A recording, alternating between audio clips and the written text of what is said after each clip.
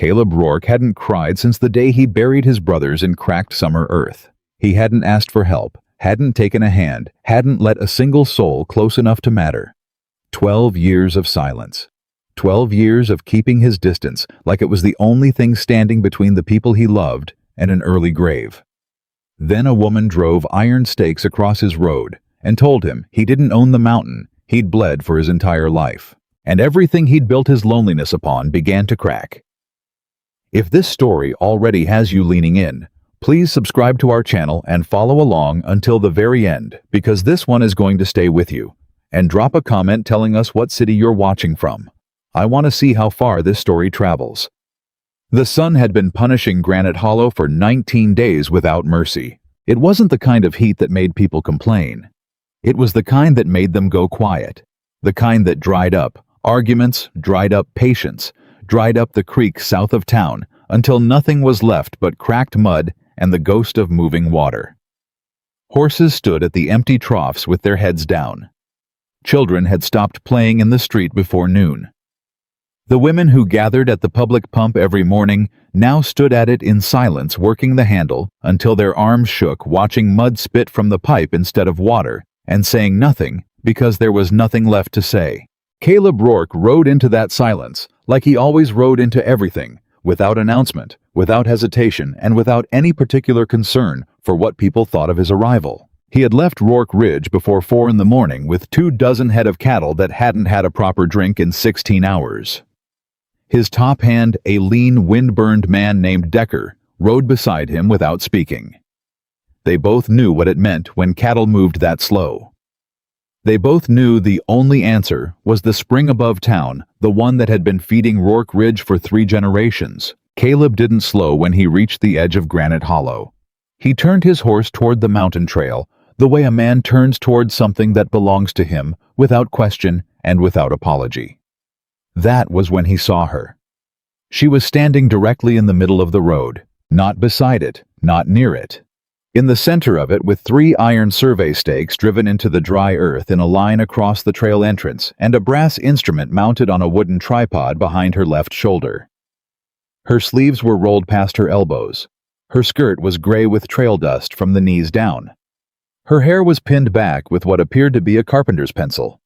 She was looking straight at him. Caleb brought his horse to a stop so abruptly that the animal threw its head and stamped. Behind him, the cattle pressed forward into each other and lowed with exhaustion. He looked at the stakes. He looked at the woman. He looked at the stakes again. "Move those," he said. "No," she said. Caleb had been spoken to in a lot of ways over 42 years. He had been threatened by men twice his size, argued with by lawyers, dismissed by bankers, and ignored by 3 different territorial officials. He was not accustomed to a single quiet syllable stopping him cold in his own county. "Ma'am." His voice was flat, controlled, the voice of a man trying to stay reasonable in circumstances that did not feel reasonable.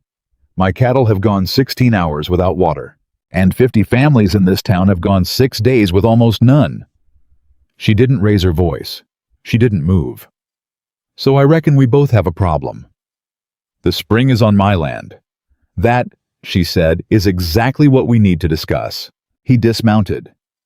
He was a large man, broad across the shoulders, several inches over 6 feet, built by decades of physical work in high-altitude weather, and when he walked toward her, most people took a step back without deciding to. She didn't step back. She reached beside her and lifted a rolled document from the leather case propped against the tripod. "My name is Eleanor Hart," she said. "I am a surveyor, and according to this territorial map filed in Helena in 1873, the spring above this trail was legally designated as a public watershed before your family's land patent was issued." She held the map out to him. He didn't take it. "I've held that land for 12 years, he said. "Your family held it for longer than that. I'm not disputing your ranch boundaries, Mr. Rourke. I'm disputing your claim to the water source that sits inside them." She kept the map extended. "There is a difference." "The difference," Caleb said, "is that my cattle are dying right now, and your argument can wait. It has already waited 6 days." For the first time, something shifted in her voice. Not weakness, not pleading, Something harder than both the voice of someone who had been patient far beyond what patience deserved. 6 days since the town flume failed. 6 days of children carrying buckets 2 miles each way. 6 days of Beatrice Cole watching her vegetable crop die 1 row at a time. She lowered the map. I am not moving those stakes, Mr. Rourke. But I am willing to talk about a solution that keeps your cattle alive and doesn't leave 50 families begging. The street had gone completely silent around them. Caleb was aware of it without looking. He could feel the weight of the town watching him from doorways, and shade the way people watched something they couldn't stop and didn't want to miss. You drove stakes across my road, he said. I did. On my land. On public right-of-way, she said, which is a different thing. He studied her for a long moment. There was something about the steadiness of her that he did not know exactly what to do with. He had dealt with stubborn people before. He had dealt with educated people before. He had not often dealt with someone who was both and who looked at him like his size was a fact about the world rather than a warning. He was about to say something else, he hadn't decided what yet, when a rider came tearing around the south corner of Main Street so fast his horse nearly went down. Fire! The word came out ragged, stripped of everything except the terror behind it. It was Jimmy Holt's youngest boy, 14 years old, and white as chalk under the summer burn. Out on the dry river road. Wagon went over. Lantern broke. Ms. Dawson and her girls are trapped and the grass is caught. The argument on the road ceased to exist. Caleb was back in the saddle before the boy finished the sentence. He looked at Nell Hart for exactly 1 second, and she was already pulling her survey chain free from the tripod case. I'm coming, she said. He didn't tell her not to. Go. The fire was moving faster than it had any right to. By the time Caleb reached the ravine, the overturned wagon was half hidden in brown smoke, and the grass on both sides of the road was burning in long, low tongues that rippled with the wind. Sarah Dawson was on her feet beside the wreckage screaming her daughter's names. Both girls, neither older than 8, were pinned under the wagon's collapsed side panel, not badly hurt, but unable to free themselves. Caleb went down the slope without hesitating.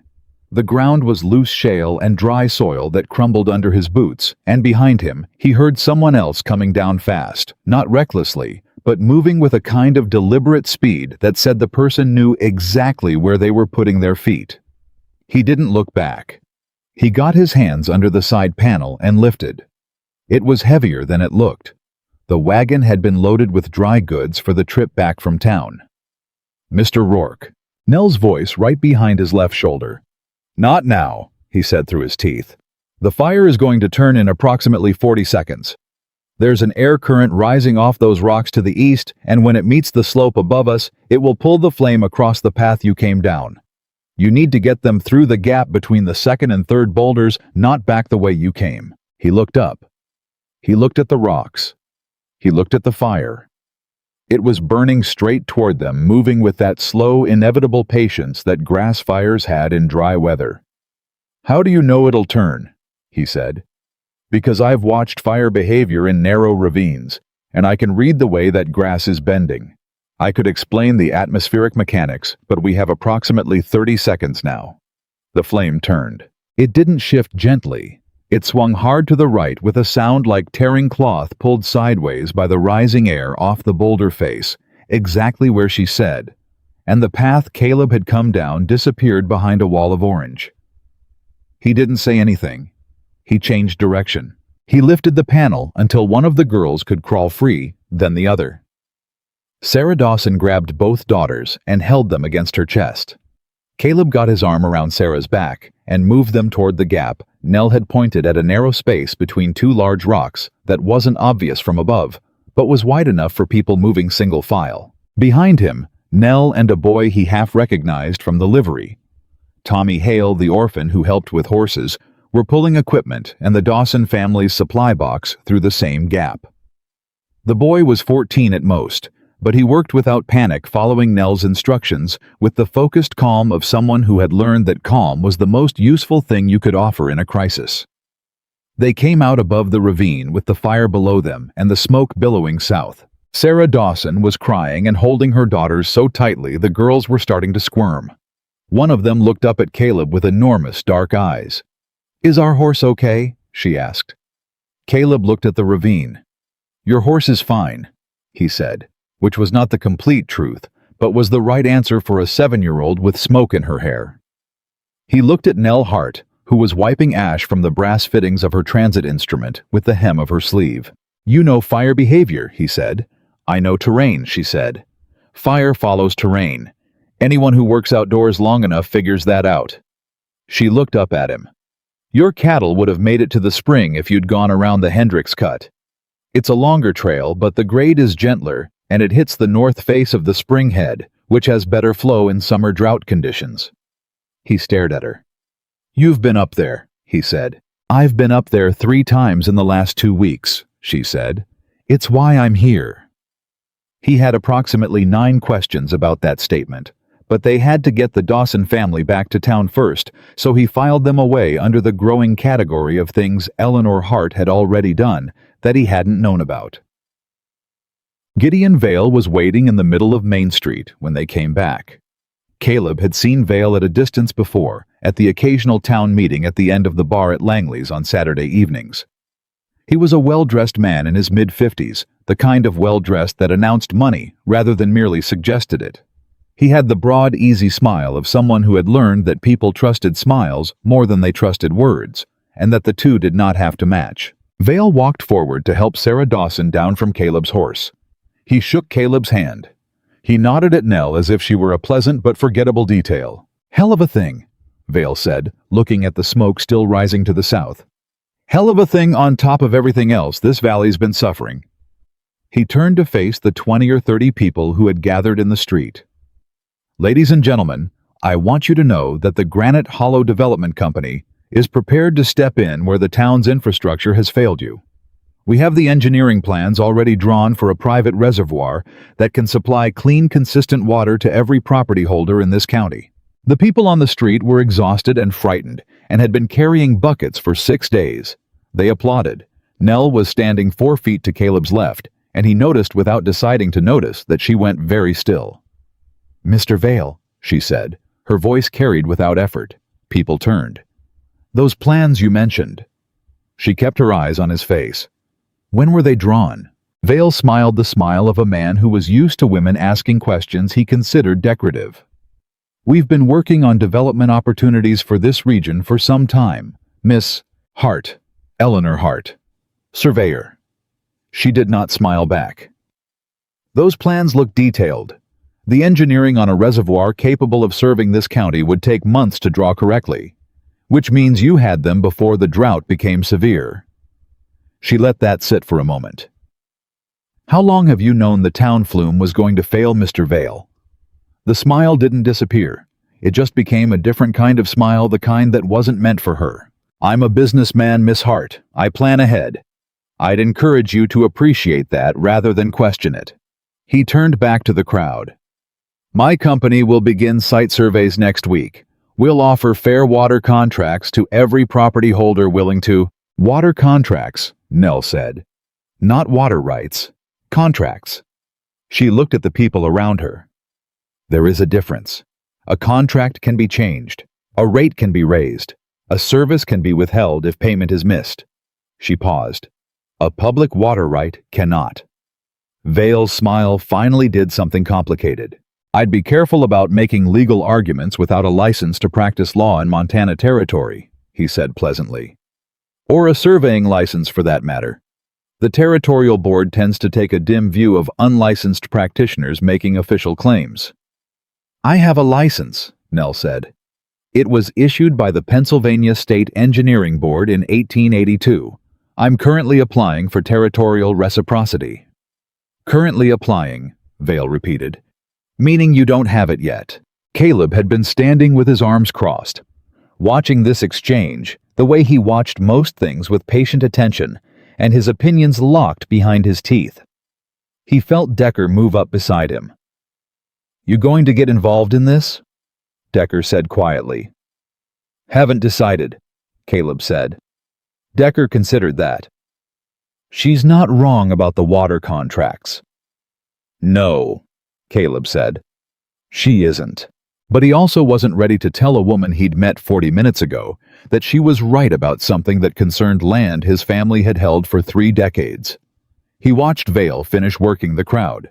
Reassurances, handshakes, a well-placed joke that made 2 of the older ranchers laugh, and felt a particular kind of uncomfortable that had nothing to do with the heat. Vale caught his eye as he was leaving. "Caleb," he said. The first name was deliberate, the easy familiarity of a man reminding you he thought of you as a peer. Don't let an outside agitator complicate what's a straightforward situation. Get your cattle to the spring. That's what matters right now. He walked away without waiting for an answer. Caleb looked at Nell. "I'm not calling your maps fraudulent," he said. "And I'm not saying you're right. You want access to examine the spring, you come to me first. You don't drive stakes across my road again without speaking to me." "I tried to speak to you," she said. "You weren't easy to find. Try harder next time." She looked at him with something that wasn't quite amusement and wasn't quite irritation, and sat somewhere between the two in a way he found mildly unsettling. "Is that a yes?" she said. "It's a not yet," he said. "There's a difference." He thought he heard the ghost of a sound from her direction, something too brief and too controlled to be called a laugh. Then she picked up her survey case and walked toward Martha Bell's boarding house, and Caleb turned his horse toward the mountain trail, and his cattle finally started moving again. He didn't think about Eleanor Hart again until 3 in the morning. He was awake because Decker had come to the cabin door and knocked twice the signal they used when something was wrong enough to need his attention, but not wrong enough to require running. "Somebody was in the Hart woman's room at the boarding house," Decker said. "Martha Bell found her downstairs in the kitchen. Papers scattered everywhere. Miss Hart wouldn't let Martha send for the sheriff. She was—" He paused. "She was real quiet about it. That particular kind of quiet." Caleb understood what kind of quiet that was. Anything taken. "She says 1 page from a field journal. Her father's original survey notes. Says nothing else was touched. Somebody knew exactly what to look for," Caleb said. "Yes, sir." Caleb pulled on his boots. "What about the room?" "Martha says there was writing on the wall. Charcoal, 5 words. He waited. Decker said them flatly. "Leave before the mountain burns." Caleb sat with that for a moment. Then he stood up, took his rifle from the wall, and went outside into the dark. He walked the perimeter of Martha Bell's property himself, not because he'd decided to help Eleanor Hart, and not because he'd decided anything at all about her maps, or her claims, or her right to be in Granite Hollow. He walked it because someone had been inside a woman's room while she slept and left a threat on her wall, and that was the kind of thing that made his skin tighten in a way no amount of reasoning could loosen. He found nothing. Whoever had been there was long gone. But on the path that led from the boarding house toward the upper trail, the trail to his spring, he found something he did not expect. One of Nell's iron survey stakes, pulled from the road and driven into the earth here beside the fence line of his own property. And 3 feet from the stake, freshly cut a section of the upper water channel that fed from the spring into the public flume below. Cut cleanly, deliberately, by someone who knew exactly where to make the cut. Caleb crouched in the dark beside the severed channel and looked at the clean edge of it, and felt something settle in his chest that had nothing to do with anger. Someone had been trying to make this look like it had been done in the same spot where Nell had driven her stakes. Someone was trying to make it look like her doing, and that meant whoever had threatened Eleanor Hart tonight had also sabotaged the town's water channel and wanted Caleb Rourke to blame the only woman in Granite Hollow brave enough to put iron stakes in the middle of his road and tell him the truth. He stayed crouched there for a long time alone in the dark, with the dry summer night pressing in around him. Then he stood up, and for the first time since he'd ridden into town that afternoon, he started to understand the shape of the war he'd just ridden into the middle of, whether he'd chosen it or not. The next morning was still and bright and pitiless. Nell was at the public pump before 6 working the handle with slow, methodical strokes. There was no real point. Everyone knew the flume was severed. But she worked the handle anyway, Her sleeves rolled up her hair, not yet pinned. Her eyes carrying the particular flatness of someone who had not slept. Caleb walked up beside the pump and stood there. She looked at him. "Your stakes are on my property," he said. "North fence line beside the upper channel." She set down the pump handle. "I didn't put them there." "I know," he said. A pause. "How do you know?" she said. "Because you drove them into the road," he said. "You weren't trying to hide what you were doing. Someone moved them to make it look like you were working on my land without permission. Same someone cut the upper channel." He watched her face. "You knew about the channel." "I suspected," she said. "That's why I was trying to access the spring. To prove the cut was deliberate. To document the public water claim and prove the channel diversion wasn't natural." She looked at him steadily. "Mr. Rourke, someone destroyed your town's water supply on purpose. And they did it in a way that would take weeks to trace back to them unless someone with survey equipment measured the original flow volume against the current channel depth." "Someone like you," he said. "Someone like me," she said. He looked at her. She looked back at him without flinching, without performing patience, without doing any of the things people usually did when they wanted something from Caleb Rourke and knew it. She just looked at him the way she'd looked at the fire in the ravine, like she was reading information and deciding what it meant. "You can examine the spring," he said. She didn't say thank you. She said, "I'll need to start at the source and work down." "I figured," he said. "I'll need access for at least 4 days. I'll think about how many. And I'll need to bring Tommy Hale to carry the chain." Caleb glanced toward the livery. The boy was visible through the open doors, mucking stalls, with the industrious energy of someone who didn't know yet that most of life's work felt like that. "He's 14, Caleb said. "He's reliable and he pays attention and he doesn't argue with my measurements," Nell said, "which puts him ahead of most licensed engineers I've worked with." Caleb made a sound that was not a laugh, but was in the general neighborhood of one. "Dawn tomorrow," he said. "Don't be late." "I'm never late," she said. He turned to leave, then stopped. "Miss Hart." He didn't look back at her. "The message on your wall. Leave before the mountain burns." Whoever wrote it wasn't using a figure of speech. He felt more than heard her go still behind him. "I know," she said quietly. "Then you understand that walking up that mountain tomorrow with a survey chain and a 14-year-old boy is not a small risk." "Yes," she said. "I understand that." A pause. "That doesn't change anything," she said. He nodded once to himself, to the morning air, to whatever part of him had already known she was going to say exactly that. "No," he said. "I reckon it doesn't." And he walked away through the dry morning heat, already calculating the route they'd take tomorrow, already thinking about the places on the upper trail where the terrain gave cover and the places where it didn't. He told himself he was thinking about his cattle. He wasn't thinking entirely about his cattle, but Caleb Rourke had 12 years of practice at not examining the things he was actually thinking about, and the morning had enough problems already without adding one more. Caleb was already at the North Trail Gate when Nell arrived the next morning. He hadn't slept more than 2 hours. He'd been up before 4 checking the cut channel again in the dark, measuring the damage with his hands the way his father had taught him, running his fingers along the edge of the cut, feeling whether it was clean or ragged, determining how long ago the water had stopped moving through. Clean cut. Recent. Tools, not accident. He hadn't told anyone what he'd found. Not Decker, not Sheriff Collins, who owed his ranch debt to Gideon Vale, and whose loyalty had a price tag Caleb had always known about and never said out loud until now. Tommy Hale arrived 3 minutes after Nell, half running, carrying the survey chain coiled over one shoulder and a battered canteen over the other. He skidded to a stop when he saw Caleb and pulled his hat off his head with the automatic deference of a boy who'd learned early that large men with quiet eyes were not to be kept waiting. "Mr. Rourke," he said breathlessly. "Tommy." Caleb looked at the chain. "You know how to use that?" "Miss Hart taught me," Tommy said. "I'm real accurate." "He is." Nell said, adjusting the strap of her equipment case.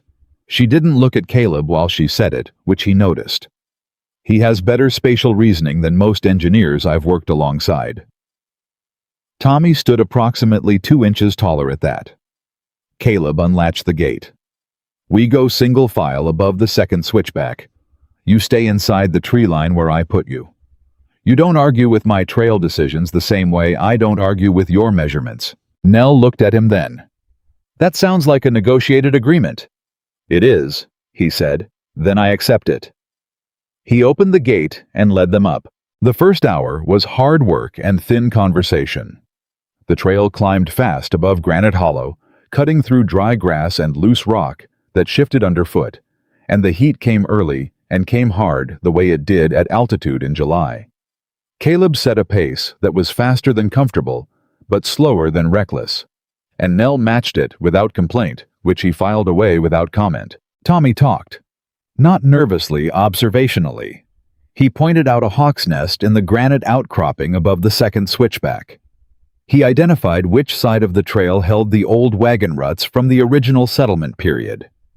He told Nell unprompted that he'd found the remains of what looked like stone survey markers buried under brush about a quarter-mile east of the spring head, and that he'd been meaning to show somebody but hadn't known who to tell.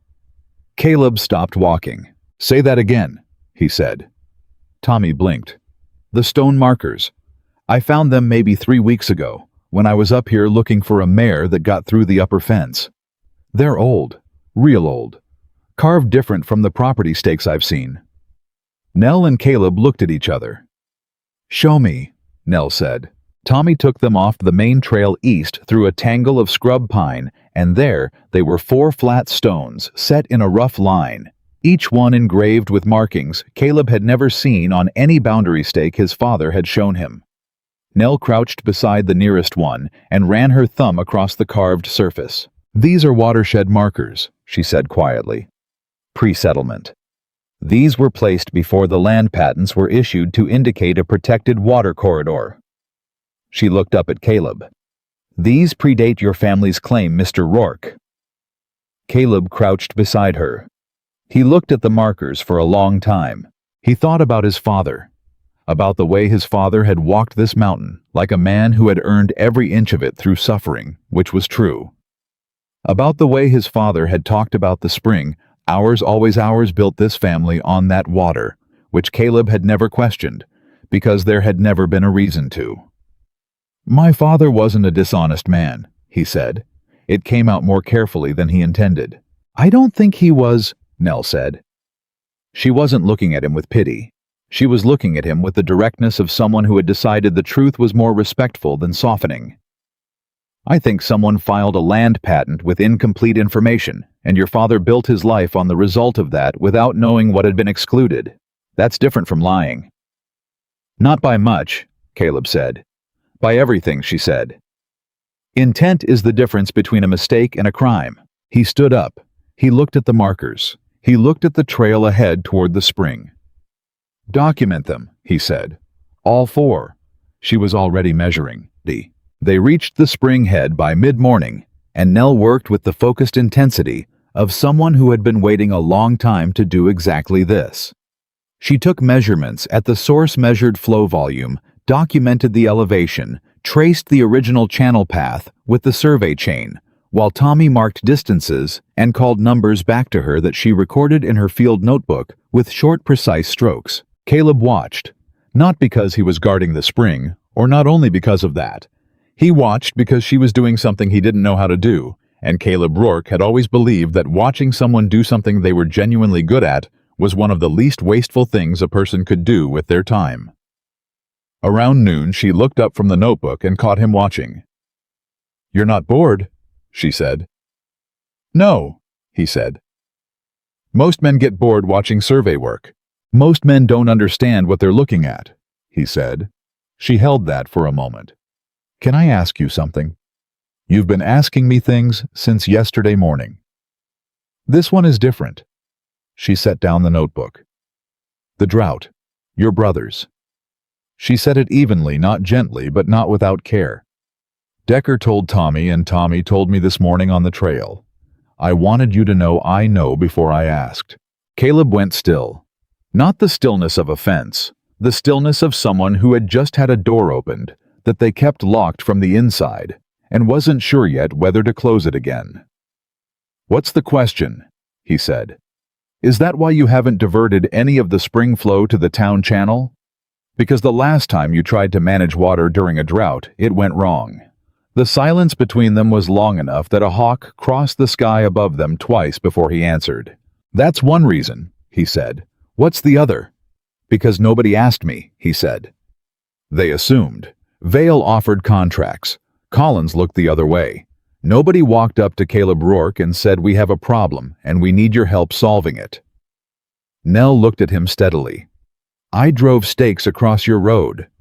"That's not asking," he said. "That's blocking. Sometimes blocking is the only language that gets heard." He looked away.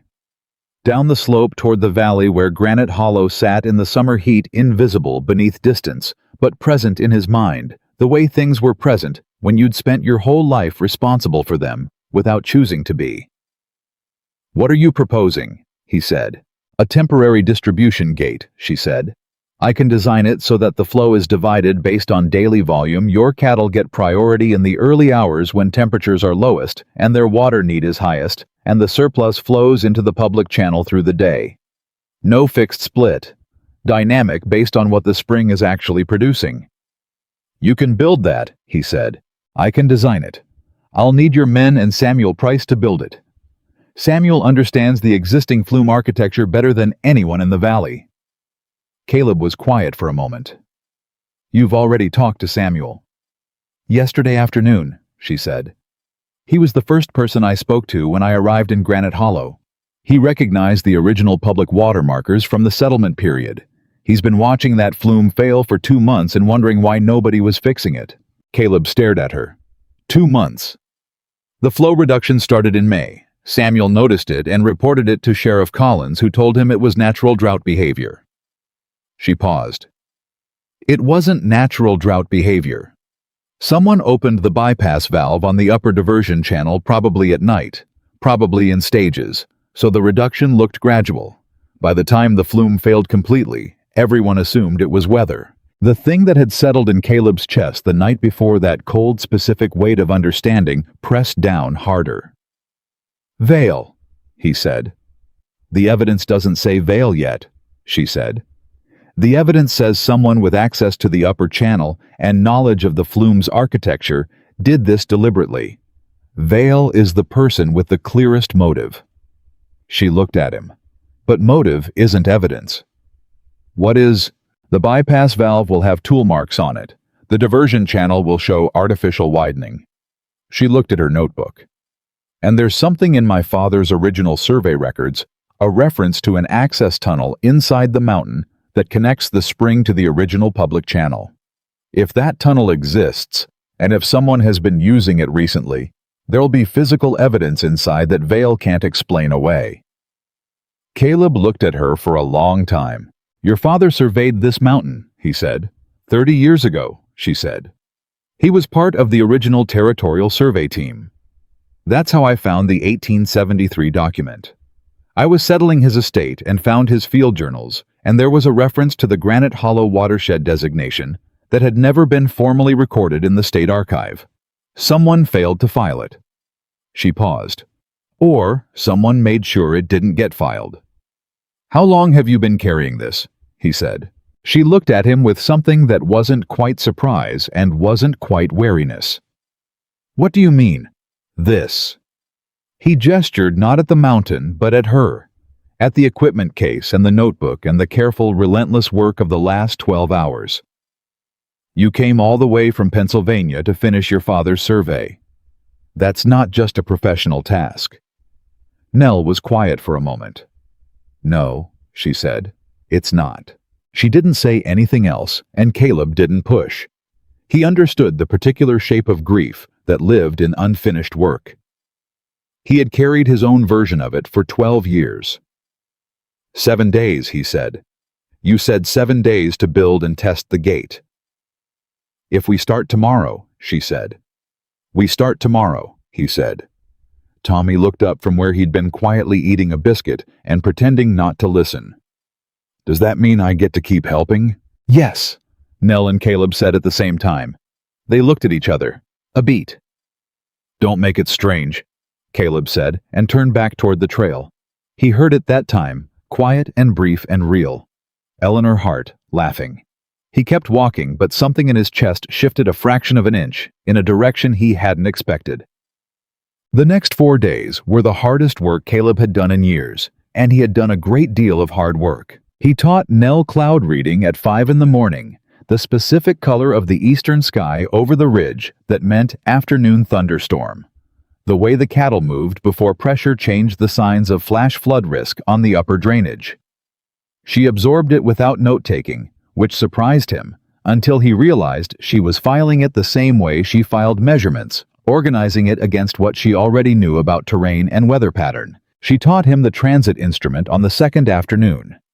He expected to feel clumsy with it.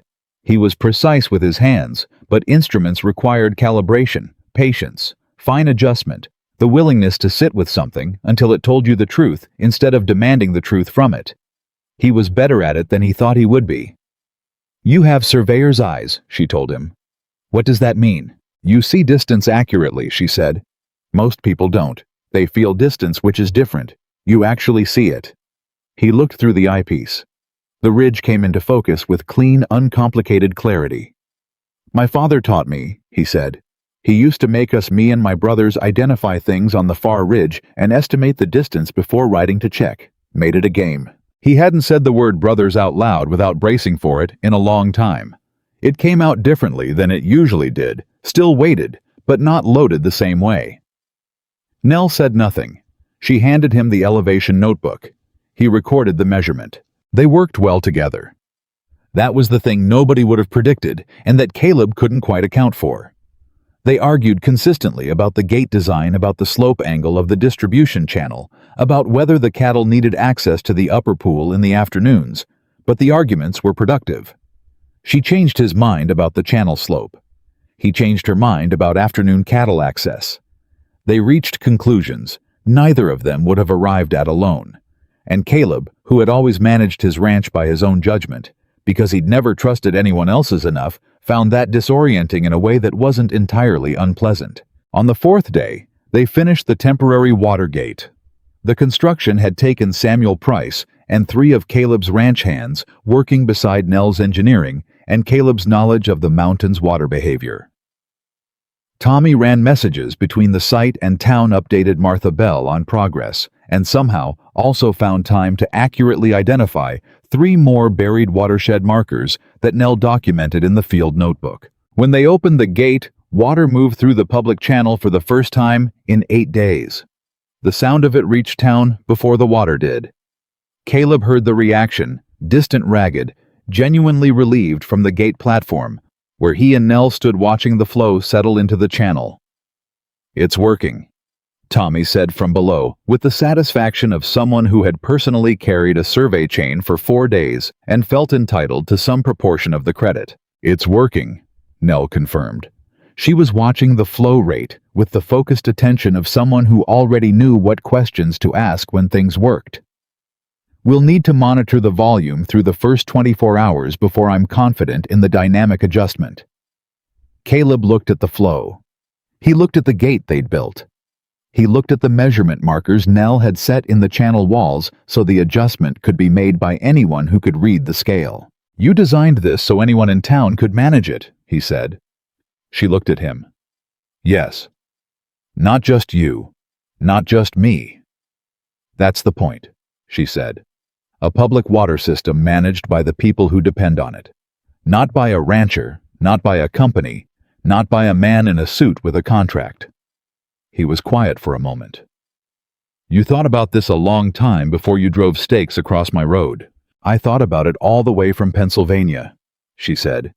On the train, on the stage, on the 3-mile walk from the Hendricks crossing when the driver wouldn't go further. She paused. I thought about whether it would be worth it. Whether I'd be able to prove the claim. Whether anyone here would listen to a woman with a survey chain and a 30-year-old document. And she looked at him. And here we are. Something passed between them. Not a touch, not a declaration. Nothing that could have been named or examined. Just a moment where both of them stood in the same light at the end of something difficult, and the space between them felt smaller than it had 3 days ago. And neither of them moved away from it. Then Decker called up from below that the cattle were lining up at the upper pool and it was time to come down, and Caleb turned away from whatever had almost happened and descended the gate platform with the practiced efficiency of a man returning to manageable tasks. The explosion came at 2 in the morning. It hit the mountain above Granite Hollow like the sound of the earth cracking open, a deep percussive boom that shook windows and woke every light sleeper in the valley. Caleb was on his feet before he was fully conscious, rifle in hand, listening. The second sound came 7 seconds later. Not an explosion, a roar. Water, a lot of it moving fast through a broken channel. He was running before the second sound finished. Decker caught up with him at the north fence. 3 other ranch hands were behind them, and when they hit the mountain trail with lanterns, the damage was immediate and terrible. The gate was gone. Not damaged, gone. The channel walls were blown out on the left side, and water was tearing down the slope in a white churning mass that had already taken most of the switchback below the gate platform. Tommy Hale was in the flood. Caleb saw the boy the way you saw things in Nightmare there. And then not there. A dark shape in moving white going fast. He did not calculate. He dropped the rifle and went in. The water hit him like a wall. It was cold even in July, fed directly from the mountain spring, and the current in the broken channel was vicious. Channeled, accelerated, directed by the stone walls into something faster than open flood. He got his hands on Tommy's arm and lost it, and got it again. And the second time he got both hands locked and held on, while the current tried to take them both south. They hit the fallen pine at the bend below the second switchback hard enough that Caleb's ribs registered the impact with serious objection. He got his arm around the trunk and held Tommy against him, and held the tree and stayed there while the water moved past them in the dark. Tommy was coughing. Alive. Frightened in the way 14-year-olds were frightened when they understood what had almost happened completely, and without any of the protection that adults learned to build around genuine terror. "I got you," Caleb said. Tommy grabbed his arm with both hands and didn't speak. "I've got you," Caleb said again. "Don't let go of the tree." Below them in the roaring dark, he heard a sound that didn't belong to the flood. A voice, sharp and controlled, calling measurements. Nell was in the water. She was 8 feet downstream of them, trapped against a timber that had been part of the gate platform, her legs caught beneath it. The survey chain she'd brought the survey chain was in her hands, and she was calculating out loud in the middle of a flood.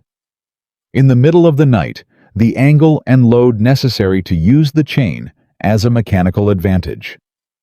"I need an anchor point," she called. Caleb passed Tommy to the tree. "Hold on, don't let go, I mean it," and moved along the fallen pine toward her. He found the anchor she needed without her having to explain a root cluster on the high bank side, where the pine had torn loose from the earth, still solid, still bearing weight. He got the chain end around the root cluster.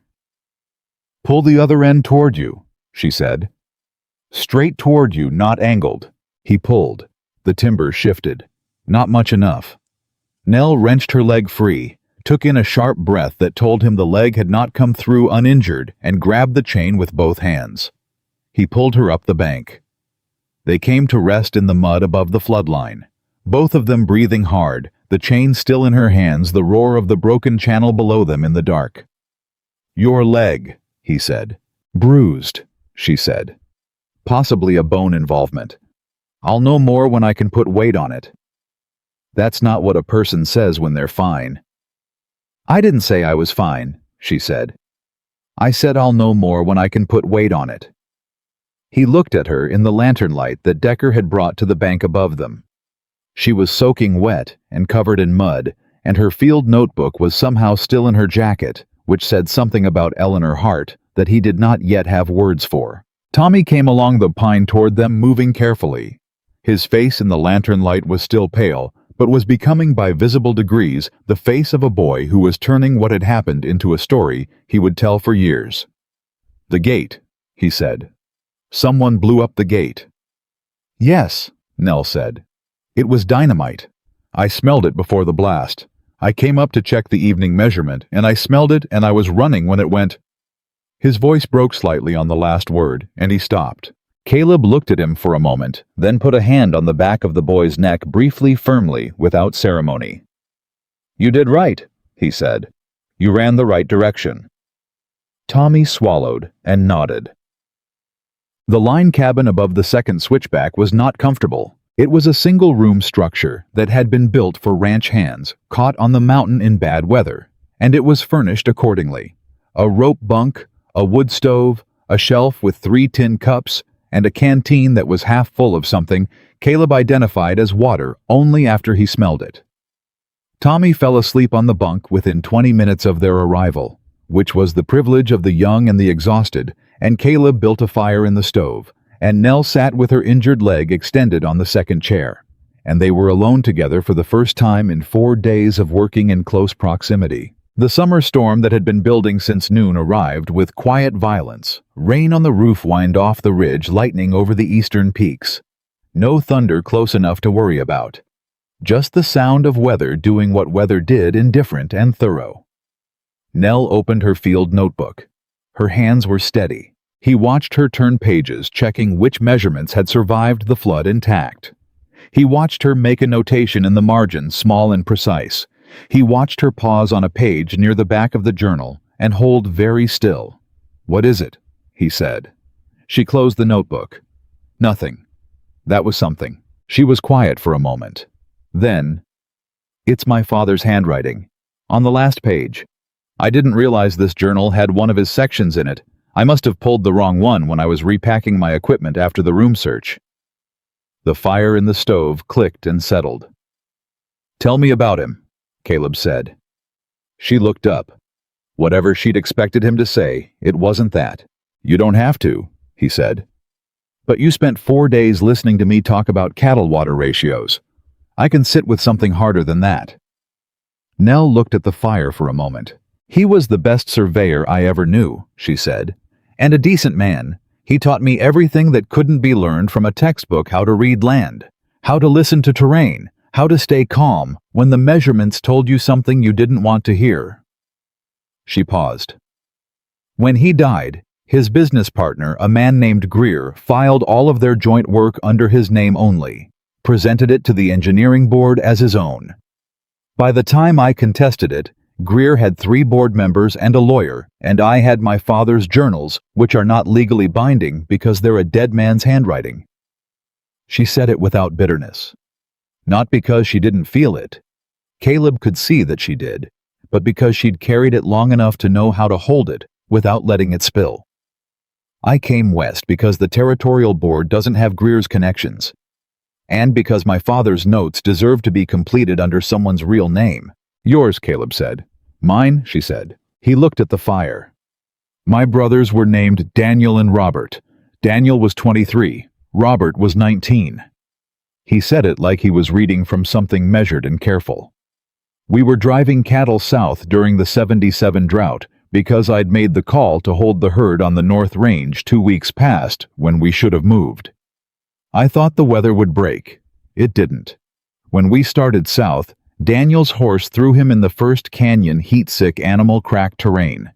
He hit wrong. Robert went back for him. He stopped. I ordered them to keep moving. I knew if we stopped, the whole herd would go down. I told them to keep moving, and I kept riding, and they came back for each other." The fire clicked. "Found them the next morning." Nell was very still. "They went back for each other," she said quietly. "Not because you ordered them to, because they were brothers." "Because I put them in a position where there was no good choice," he said. "You put them in a position the drought created," she said. "You made the best call you had. The drought made it the wrong one." She looked at him. "You've been carrying that like it was a decision you made. It wasn't a decision. It was a drought." "There's not much difference," he said, "from where I was standing." "Caleb!" It was the first time she'd used his name. Just his first name, without the Mr. Rourke that she'd been using like a formal barrier between professional interaction and anything that might require more from her. He registered it with the part of him that registered everything she did, which was more of him than he was comfortable admitting. You kept your cattle alive. You survived. You built a ranch on a mountain in drought country, and you've been feeding injured ranch hands and mending widows' fences, and staying alive long enough to stand in a flooded channel at 2 a.m. to pull a 14-year-old boy out of water that could have killed you both. She paused. Your brothers didn't die because you failed them.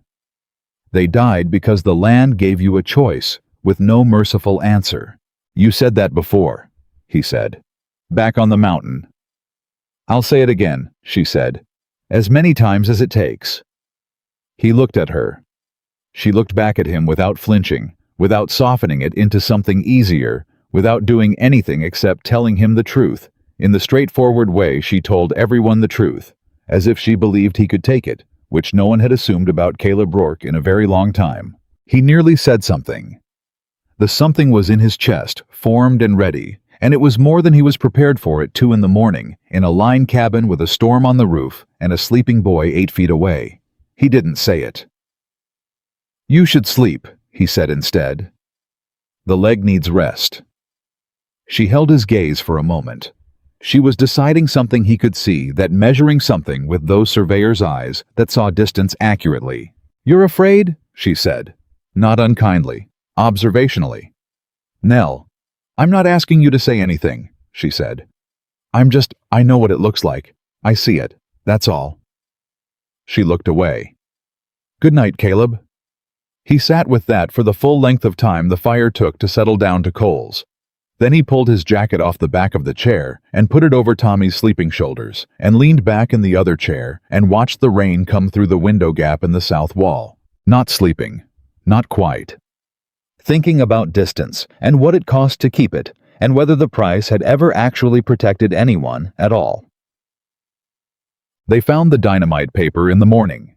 It was wedged in a rock, split 20 feet east of the destroyed gate, torn packaging wax-coated, printed with a company stamp that had been partially burned, but not completely. Caleb smoothed it out on a dry rock face, and Nell leaned over beside him, and they both read the partial stamp without saying anything for a moment. Montana Consolidated Mining Supply. Vale's Warehouse. The one on the south end of town that had been operating since March. He's had this planted for months, Nell said. Since before the drought hit. Caleb stood up. He dried the town out on purpose, bought up debt with the drought money, and when we built the gate he blew it up. We need to get that paper to the territorial court before he can explain it away. Nell looked at the slope below them. And I need to find the access tunnel my father referenced before he gets anyone up here to destroy the physical evidence. Caleb folded the dynamite paper carefully and put it in his inside pocket. Sheriff Collins won't act on this, he said. No, she agreed. He won't. The circuit judge comes through Granite Hollow in 6 weeks. 6 weeks is too long, she said. Vale will have moved everything by then. They looked at each other over the destroyed remains of 4 days of work and 1 night of flood and everything that had been said in the line cabin, which was sitting between them now, not as a weight, but as a foundation, something built quietly in the dark. Tommy, Caleb said. The boy looked up from where he'd been examining the blast site.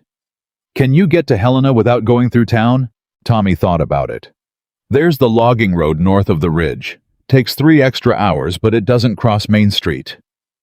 Take the eastern trail to the Hendricks crossing. From there you can catch the north stage. Caleb looked at Nell. She was already writing in the field notebook, copying her key measurements, the watershed marker locations, the flow data. She tore out 5 pages and folded them. These go with the dynamite paper, she said. Together they tell the story. Separately, they're just numbers and packaging. Caleb handed Tommy the folded documents and the dynamite paper. You keep those inside your shirt. You give them to no one except the Territorial Land Commissioner. His name is Marcus Webb. You tell him Caleb Rourke sent you, and that what's in that package is physical evidence of water rights fraud in Granite Hollow County. Tommy straightened in the way boys straightened when they understood they were being trusted with something real.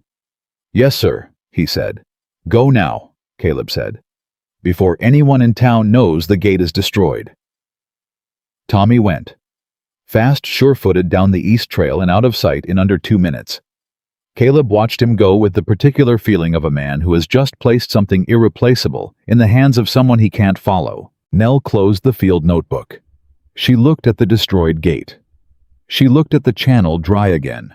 Already dry, the water having torn down the slope and dissipated into the valley below. "We have to go back to town," she said. "Yes," he said. "Vale will know the gate is gone. He'll move before Webb can respond." "Yes," he said. "Which means we need to find the tunnel today, with what we have." Caleb looked at the mountain above them. He looked at Nell, leg bruised and possibly broken, soaking clothes from the night before. Not yet dry field notebook in her hands like she'd carry it through a second flood without blinking. "Can you climb?" he said. She put weight on the injured leg.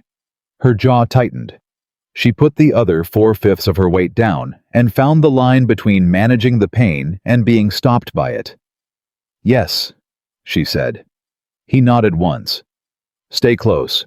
And he turned towards the upper mountain, and she followed him, and below them in Granite Hollow, Gideon Vale was already calling a town meeting, and the story that had started with iron stakes and a dusty road was about to become something that no one in that valley would be able to ignore. The access tunnel was not on any map Caleb had ever seen. That was the first thing that told him it was real. His father had shown him every inch of the upper mountain over 30 years of working it together. Every spring feed, every drainage channel, every rock formation that meant something for cattle or weather or water behavior. The tunnel wasn't in any of that, which meant either his father hadn't known about it, or his father had known and said nothing, and Caleb had spent the last 2 days deciding which of those possibilities he could live with. He was leaning toward the first one. He needed to lean toward the first one. Nell moved beside him on the upper trail with the careful economy of someone managing pain without advertising it. Her injured leg was holding. He could tell it was costing her, but she'd made her decision about that in the first 5 minutes after they left the destroyed gate, and Eleanor Hart did not revisit decisions once she'd made them. "My father's notes put the tunnel entrance approximately 40 feet west of the northeastern watershed marker," she said, "the one Tommy found first." "I know where that marker is," Caleb said. "Of course you do." They moved west along the upper ridge in silence, broken only by the wind and the sound of the mountain doing what it always did, indifferent, enormous, requiring no input from either of them. Caleb found it before Nell did, which surprised them both. Not because it was obvious. It wasn't. It was a low opening in the rock face barely 4 feet high, concealed behind a deadfall pine that had been there long enough to grow lichen on its bark. What Caleb noticed was the ground in front of it, boot prints recent pressed into the thin soil with the weight of men who had been carrying something heavy. He held up his hand. Nell stopped. They both stood still and listened. Nothing from inside the tunnel. Wind above. Distant cattle sound from the lower pasture. "How recent?" Nell said quietly. 2 days. Maybe less." He crouched and looked at the nearest print. "More than one man. Heavy load going in, lighter coming out." "They've been removing things," she said, "or placing them." He looked at her. "Blasting supplies." She went still. "The tunnel connects to the spring chamber," she said. "If they've packed explosives inside, they can collapse the original channel from underground." Caleb finished. "Destroy the evidence and kill the public water right at the same time." They looked at each other for exactly 1 second. Then Caleb went in first. The tunnel was low enough that he had to duck, which was an indignity he accepted without comment.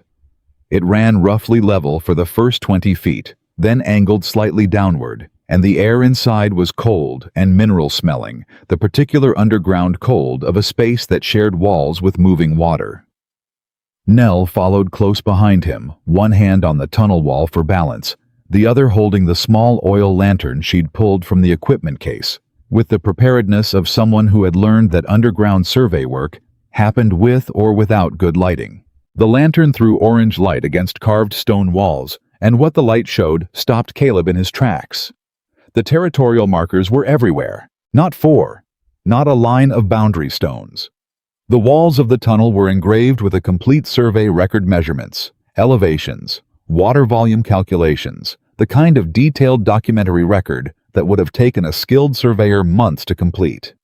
And at the far end of the first chamber, carved directly into the stone above the original channel, opening a single designation in letters 3 inches high. Public Watershed, Granite Hollow, Settlement Territory of Montana, 1873. Nell made a sound beside him that wasn't quite a word. "This is it," she said.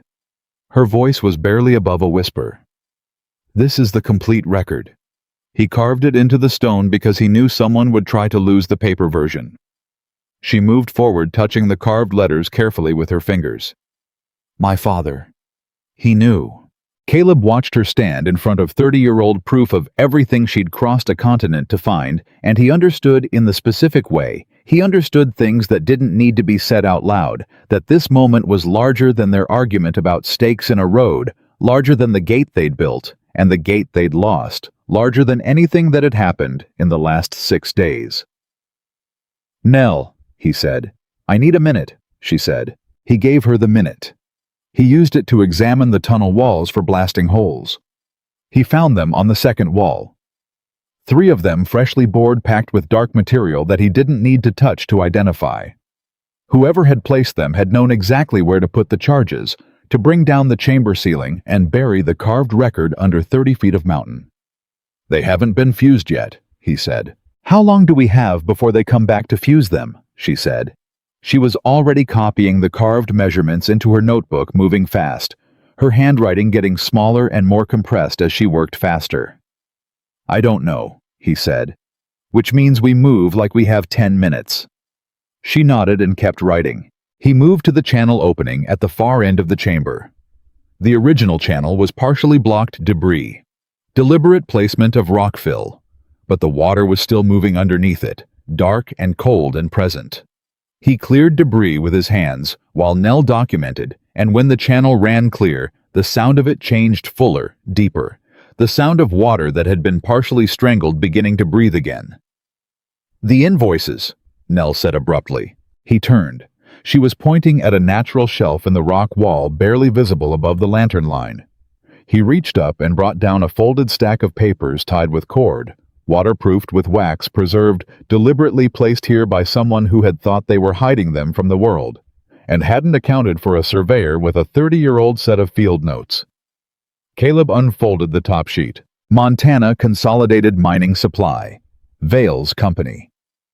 Explosive purchase orders dated 6 weeks ago, before the drought became critical, before the flume failed, before anyone in Granite Hollow had any reason to think the summer would become an emergency. Below that, a property survey, not Nell's, not the 1873 record.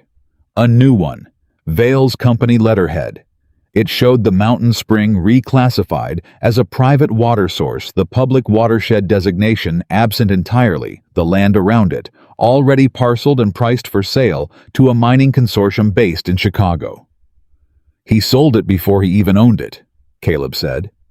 "He was going to own it," Nell said. "He just needed to eliminate the evidence that he never could." She took the invoices. She put them inside the field notebook. She put the field notebook inside her jacket.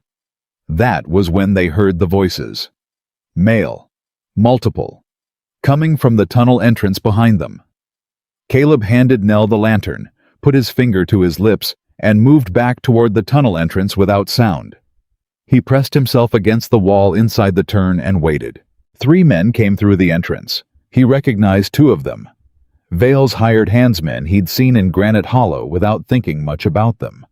The 3rd man he recognized differently. Jonah Pike, Vales' foreman.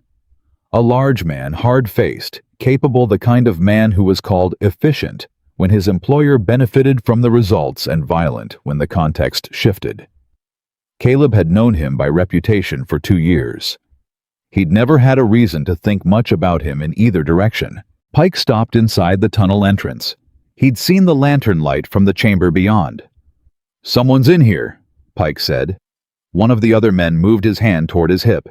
Caleb stepped out of the shadow. "Jonah," he said. Pike went still. Behind him, the two hired hands adjusted their positions in the particular way men adjusted their positions when they were trying to determine whether a situation required immediate action. "Rourke," Pike said. "You've got explosives packed in this chamber," Caleb said. "You're here to fuse them." A pause. "That's company business," Pike said. "It's going to be territorial court business," Caleb said. "We've got the invoices, Jonah. We've got the original watershed record. We've got enough to put Vale in front of a federal judge." He watched Pike's face. "The only question is whether your name is on the right side of what happens next." Pike looked at the chamber. He looked at Caleb. He looked at something in the middle distance that might have been his own future being rearranged in front of him. "Vale said no one was supposed to get hurt," Pike said. "That was the deal. Dry out the town, buy the debt, build the reservoir, sell the water rights. Nobody was supposed to be in that channel when the gate went. Children were downstream from that dynamite," Caleb said. Pike's jaw worked. "I didn't know that," he said. It came out rougher than he intended. The roughness told Caleb it was true. "Tommy Hale was swept into the flood," Caleb said. "He's 14. The hired man to Pike's left shifted his weight. Nell came out of the chamber holding the lantern. She looked at the three men with the same steady directness she'd used on Caleb when she put stakes across his road, and something about the fact that she was standing there at all calm, documented present, seemed to take the hired men off their angles. "Those explosive charges need to come out of this rock," she said to Pike. "Today. Before someone triggers them accidentally, or before your employer sends someone less conflicted than you to fuse them." She paused. "I'm going to assume you didn't pack them because the packing is amateur, and you don't strike me as an amateur." Pike looked at her. "Vale had his mining man do it," Pike said slowly. "Then you can remove them safely," she said. "And then you can walk down that mountain and tell a territorial judge everything you just told us." The silence in the tunnel had weight to it. The two hired men looked at Pike. Pike looked at Nell. Nell looked at Pike with the expression of someone who had already decided what was going to happen and was simply waiting for the relevant parties to catch up. Then the hired man on the left pulled his weapon. The shot hit the main support beam 3 feet above Caleb's head. Stone dust fell. The beam cracked, not broke, cracked, and a section of the tunnel ceiling shifted with a sound like a groan. Caleb moved before the echo finished. He got the gunman's arm up and the second shot went into the ceiling. And then Pike hit the gunman from behind, not helping Caleb exactly, but removing a variable that had become inconvenient to Pike's own survival calculation. And the second, hired man, ran for the tunnel entrance. The ceiling groaned again. A larger section shifted. "Nell, out, now!" Caleb didn't look back. He heard her moving. He and Pike were the last two out of the tunnel. They came through the entrance at a run and got 10 feet clear before a section of the ceiling behind them came down with a sound like thunder trapped inside the earth. Dust billowed out of the entrance in a gray cloud. They stood in the summer air, all of them breathing hard. The tunnel entrance was partially blocked by the collapse. The carved chamber beyond it was intact. The charges hadn't detonated, the record was unharmed, but it was buried under 6 feet of collapsed rock and inaccessible. Nell had the notebook. She had the invoices. She had the copied measurements. She was standing in the sunlight with dust in her hair and rock grit on her face, and her hand pressed against her ribs where she'd hit the tunnel wall coming out. Caleb crossed to her. "Ribs." "Bruised?" she said. "Same conclusion as the leg. I'll know more later." "You keep saying that." "Because it keeps being true." He put his hand on her jaw and tilted her face up, not romantically, clinically checking her eyes for the dazed quality that meant something worse than bruising. Her eyes were clear and focused, and looking back at him with that specific attention she gave everything she examined. He lowered his hand. "The copies are enough," she said. "The original record is buried but intact. A court order can excavate it. If we get to court, he said. They both looked at Pike. Pike sat on a rock with his forearms on his knees, and the expression of a man who had made a wrong turn some time ago and had only just stopped moving in the wrong direction. The hired gunman was sitting 10 feet from him, wrist held at an angle that suggested it had been damaged in the struggle. The second man had not come back. "I'll testify," Pike said. It came out like a decision that had been forming for a while and had finally found its moment. "Vale planned the diversion in February. I have dates and orders. I didn't know about the families downstream when the gate went. I want that on the record." Caleb looked at him for a long time. "You should have walked away from him in February," he said. "Yes," Pike said. "I should have." That was all either of them said about it. They came down the mountain to find Granite Hollow on fire, not literally, not yet, but as Caleb and Nell and Pike came down the north trail toward the edge of town, the smell hit them before they saw the smoke-dry grass burning heated rock, the specific chemical edge of something more deliberate than campfire. Caleb stopped. "East Ridge," he said. He could feel Nell go still beside him. He didn't look at her. He looked at the ridge, at the smoke rising in 3 separate columns that were already merging in the summer wind. "Controlled burns," she said quietly. "For his reservoir site. He was going to burn the old markers on the eastern slope and claim the fire was natural." "He didn't account for the wind," Caleb said. The wind was out of the northwest at 20 miles an hour and picking up. Caleb had felt it shift in the last hour of their descent and had registered it as weather, as the ordinary business of the mountain in summer. He understood now, with the cold clarity of someone reading a situation too late to prevent it, but not too late to respond to it, what 20 miles per hour of northwest wind would do to 3 controlled burns on dry eastern ridge grass in the 19th day of a heat drought. The fire was already not controlled. "The south side of town," Pike said, and his voice had lost its defensive flatness and become the voice of a man who understood specific, immediate danger. "Vale's investors are in the north quarter. He's got coaches ready. He's been planning to pull them out if anything went wrong." "He's going to leave the south side," Nell said. "The farms," Caleb said. Beatrice Cole's farm, her 3 children, the families who'd been carrying water buckets for 8 days. He looked at the smoke. He looked at the town below. He looked at the mountain above and the spring that was still running clean and cold at its head, despite everything that had been done to stop it. He looked at Nell. She looked back at him. "The old channel," she said. "The original public channel, if we release the full spring flow through it, it runs directly toward the south and east. We could flood the fire break before the burn reaches town." "It'll take everything the spring has," he said. "Yes. My lower pasture is directly below the channel head. My hay stores, the barn." "Caleb, I know," he said. "I know what I'm saying." He didn't need her to tell him what it would cost. He could calculate it himself. Winter hay, gone pasture flooded and damaged. Likely barn structural damage, cattle that had finally just gotten water, now potentially displaced again. He had rebuilt once after the drought of 77. He was 42 years old. He had the bones for it. Maybe. "It's your family's ranch," she said. "I can't ask you." "You're not asking," he said. "I'm deciding." He looked at the fire. "Open it." She moved. They moved fast, all of them, Pike included, because Pike had apparently decided that the direction of his life was changing and was committed to the velocity of that change.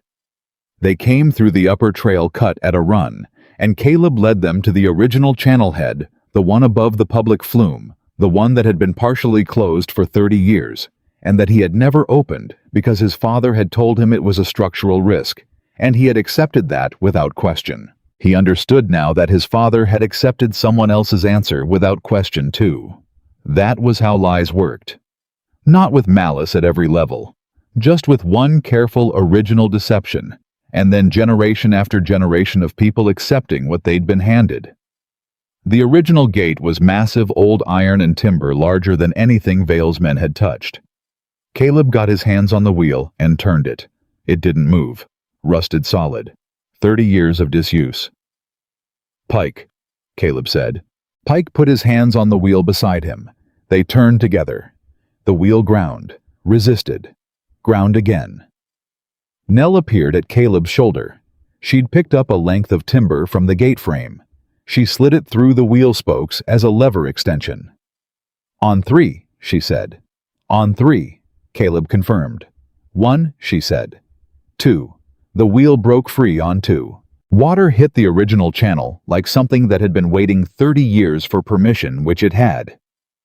It tore through decades of accumulated silt and rock fill and came out the other side in a white rush that hit the lower slope and spread across Caleb's pasture in a sheet of cold mountain water. The hay in the lower barn was already gone in the first 2 minutes. He didn't look at it. He was watching the water run east. "It won't be enough," Nell said. She was calculating. He could see her doing it the same thing she'd done in the ravine during the wagon fire, reading terrain and wind and physics with those accurate eyes. "The channel curves south before the fire break. It'll reach the break 40 minutes after the fire does if we don't redirect it." "How do we redirect it?" he said. "I need the temporary gateposts we built. The ones Vale's men didn't destroy the secondary set on the north feed. Those are half a mile east," Pike said. "I know where they are," Caleb said. "I need them in the next 20 minutes, Nell said. Caleb looked at her. He looked at the smoke which had tripled in volume while they'd been at the gate. He looked at the town below where he could now see movement people running horses being moved, the ant-scale activity of a community that understood something terrible was coming and hadn't yet decided whether to run or fight. "Go," he said to Pike. "Secondary gate posts. North feed half-mile east. Move." Pike moved. Caleb looked at Nell. "What do you need me to do?" "Get every person in the south quarter digging a trench along the east road. 18 inches deep, 3 feet wide from the coal farm to the livery. It doesn't have to be perfect. It has to exist. And the north quarter. Let Vale's investors worry about the north quarter," she said. "We're protecting the south." He went. What happened in Granite Hollow in the next 40 minutes was the kind of thing that became a story people told for 50 years. Not because it was heroic in the clean, simple way of stories, but because it was true and desperate and human in all the complicated ways that actual emergencies were human. Caleb came into town from the North Trail moving fast and found the main street in controlled chaos. Vale's coaches were being loaded in front of the Granite Hollow Hotel. He saw Vale himself directing that operation, calm, organized, genuinely calm, in the way of a man whose plan was proceeding as designed. He also saw Sheriff Wade Collins standing in the middle of the street, watching the coaches with an expression Caleb had never seen on the sheriff's face before. Not confusion, something more specific. The expression of a man who was understanding in real time who he had been protecting and what that protection had cost. "Collins," Caleb said as he passed. Collins looked at him. "South Quarter needs every hand that isn't on those coaches," Caleb said. "Trenches on the east road, 18 inches 3 feet wide. Get Martha Bell to organize the women on water and wet blankets." Collins looked at the coaches. He looked at Vale. He looked at the smoke building on the eastern ridge. He turned away from the coaches. "Everyone listen to me," he said. His voice was different than Caleb had ever heard it, stripped of its careful official neutrality, the voice of a man who had stopped calculating and started acting. "South Quarter, now. Every person who can hold a shovel." Vale turned from the coaches. "Collins," he said. "Those people can shelter at the hotel. Beatrice Cole has 3 children," Collins said. "I'm not sheltering at the hotel while her farm burns." He looked at Vale with the specific, clear-eyed look of a man who has finished with something. "You're under arrest, Mr. Vale. The arrest can wait until the fire is out, but it's happening." Vale's expression did something complicated. "My lawyer will find you in a cell," Collins said. "Move everyone, South Quarter." Caleb was already moving. He found Beatrice Cole in front of her farmhouse with a wet blanket in each hand. Her 3 children lined up behind her, like they'd been drilled for exactly this. The middle child, a boy of about 8, holding a bucket with both hands, the youngest girl clutching his sleeve. Beatrice's face was white, but her hands were steady. "Mr. Rourke," she said. "East Road," Caleb said. "Trench line. Your hands and mine, right now." "Already sent them," she said. "I sent every farmhand south of the road 20 minutes ago when I saw the smoke shift." Caleb looked at her. "You started the trench," he said. "Somebody had to," she said. "Are you going to help, or are you going to stand there looking surprised?" He helped. Samuel Price appeared at the East Road with lumber tools and what appeared to be every piece of hardware from his carpentry workshop. He directed the trench line with the methodical authority of a man who had survived worse than this and knew exactly what mattered and in what order. He recognized Caleb immediately and handed him a spade without ceremony. "Miss Hart," Samuel said. "Coming," Caleb said. "She's redirecting the channel flow." Samuel nodded like this was a reasonable answer and turned back to the trench. The fire hit the ridge above the East Road 20 minutes after the trench line was complete. Caleb heard it before he saw it, a sound like continuous tearing, like something enormous being unmade quickly. And then the heat arrived, rolling ahead of the flame in a wave that hit every exposed surface at once. People flinched back from the East Road. Children screamed. A horse that had been tied to Beatrice's fence post tore free and ran south. Collins held the line. He stood at the trench and he held the line, and the people around him held it, because he did. Nell arrived at a dead run from the north, limping hard on the injured leg pike behind her, with 2 of the secondary gateposts. She went straight to Samuel. "Where does the channel water reach the road?" she said. Samuel pointed. Nell looked at the trench at the angle of the firebreak at the smoke above the ridge, and did the calculation Caleb had watched her do 3 times now, fast, accurate, certain. 30 feet north of where it's hitting now, she said. "We need a redirect gate at the north end of the trench to pull the flow east before it reaches the south corner." "I can build that," Samuel said. 20 minutes. "You have 12, she said. "Then you better help me," he said. She took the gatepost out of Pike's hands and helped him. The fire came over the ridge. It came the way wildfire always came in drought country, faster than anyone's idea of fast, more certain than anyone's preparation for certainty. It hit the dry grass east of the trench and ran along it looking for a gap. Caleb was at the north end of the trench with 2 ranch hands, and Collins and 4 farm workers he didn't know by name, but recognized by the specific human quality of people who had decided not to run. They soaked blankets and beat back sparks, and held the trench line while the heat pressed against them like a physical thing. He could hear Nell's voice behind him, directing measuring steady, and Samuel's answers, and the hammer sounds of the gatepost being driven into position. He could hear the fire. He could hear it finding the gap at the south corner. "Nell!" he shouted. 10 seconds, she called back. The south corner caught. Not the buildings. The dry grass between the trench and the first fence line. It caught in a 3-foot section and moved fast toward Beatrice Cole's fence post, and then the fence post, and then the first fence rail. Collins got there with a wet blanket and beat it. Took 3 swings. 4.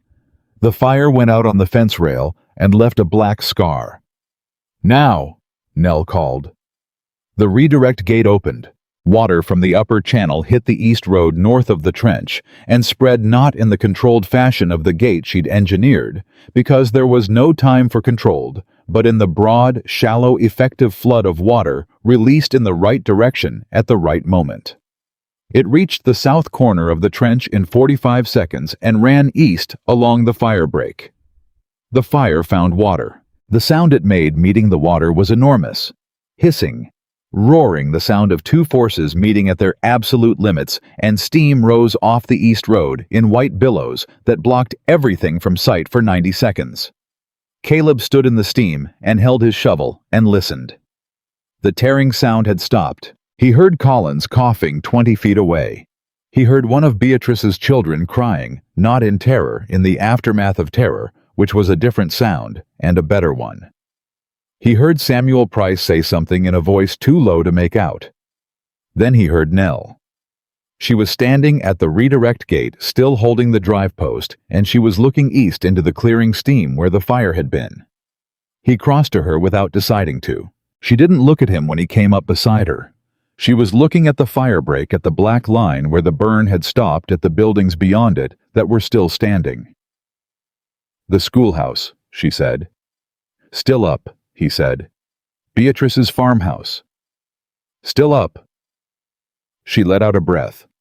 It was the first time he'd heard her exhale like that, like she'd been holding something in her chest for a long time and had finally found the moment to put it down. He reached over and took the drive post out of her hands.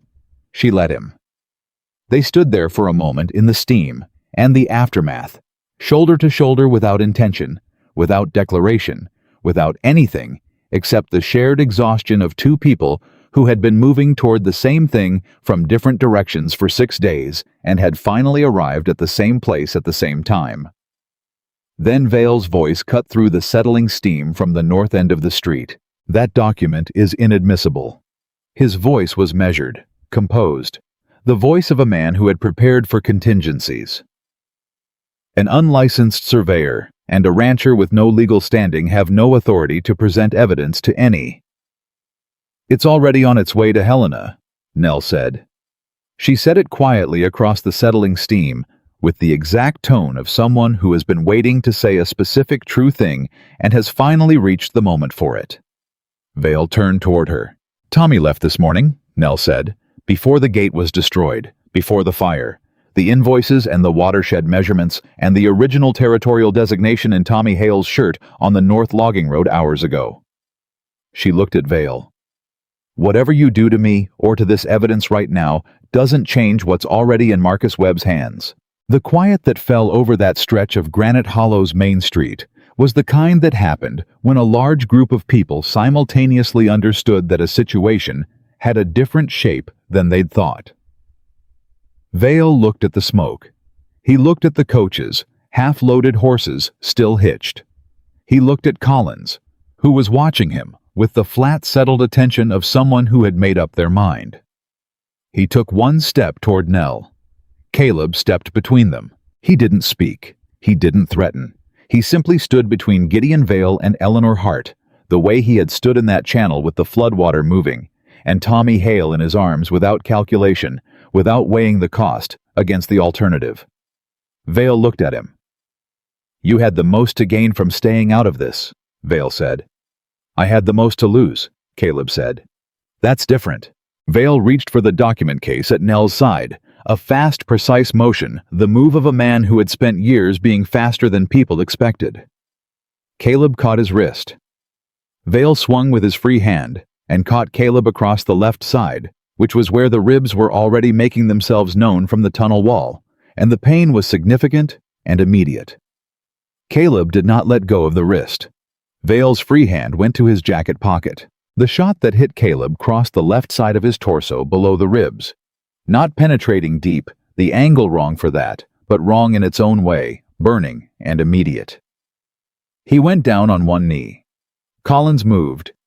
He had Vale's arm behind his back before the second the gun on the ground, Vale's face against the wall of the mercantile, with the specific efficiency of a lawman who had remembered in the critical moment what a lawman was for. Nell was beside Caleb before he'd finished going down. Her hands found the wound with the same focused economy she applied to everything, pressing, assessing, not panicking. "How bad?" he said. Lateral, not deep. Her voice was steady. Her hands were steady. Her eyes were not entirely steady, which he noticed and filed in the part of him that was still functioning above the pain. "The documents," he said, "are in my jacket," she said, "which I am not removing to help you, so stop asking." "I wasn't—" "You were about to," she said. "I know how you think." He looked at her. Her face was 12 inches from his, close enough that he could see the smoke grit on her jaw and the specific worry behind the steadiness she was performing for his benefit. "Nell," he said. "Don't," she said. "I'm not going to say anything dramatic." "Good. I'm going to say something practical," he said. "The documents need to stay dry. You're kneeling in the edge of the water, redirect." She looked down, shifted sideways, looked back at him. "That," she said with something in her voice that was not quite steady and not quite not, is the least romantic thing anyone has ever said to me while bleeding. I'll work on it, he said. Collins had Vale in irons and was calling for 2 men to take him to the jail. Jonah Pike, who had come down the mountain without anyone telling him to and had spent the last hour on the trench line, was giving Collins a statement that Collins was writing down with the concentrated attention of a man making a record that would count. Samuel Price was directing the cleanup of the firebreak with the authority of someone who had been managing the town's infrastructure for years and was done pretending otherwise. Martha Bell arrived with bandaging and the particular manner of a woman who had seen a great deal of damage in her 55 years and had decided that competent action was a better response than distress. She knelt beside Caleb, assessed the wound with efficient hands, and looked up at Nell. "He'll need the doctor," she said. "I know," Nell said. "You can let go of him now," Martha said. "I've got him." Nell's hands had been on the wound for 5 minutes. She looked at them. She looked at Caleb. She didn't let go immediately. Martha made a sound that was not quite a smile. Caleb looked up at the sky above Granite Hollow, blue and enormous and indifferent in the way of all Montana summer sky, and felt the sun on his face and the cold pressure of Nell's hands on his side, and the faint sound of water still moving through the redirect channel east of the road. The schoolhouse was still standing. Beatrice Cole's farmhouse was still standing. The spring was still running above them clean and cold, and as of this morning legally belonging to everyone who depended on it. He had lost the barn and the hay and part of the lower pasture. He would count that cost later when the counting was all that was left to do. Right now, there was nothing left to do except lie in the summer street of Granite Hollow and breathe, which he did carefully, 1 breath at a time. Nell Hart's hands pressed steady against his side. He closed his eyes.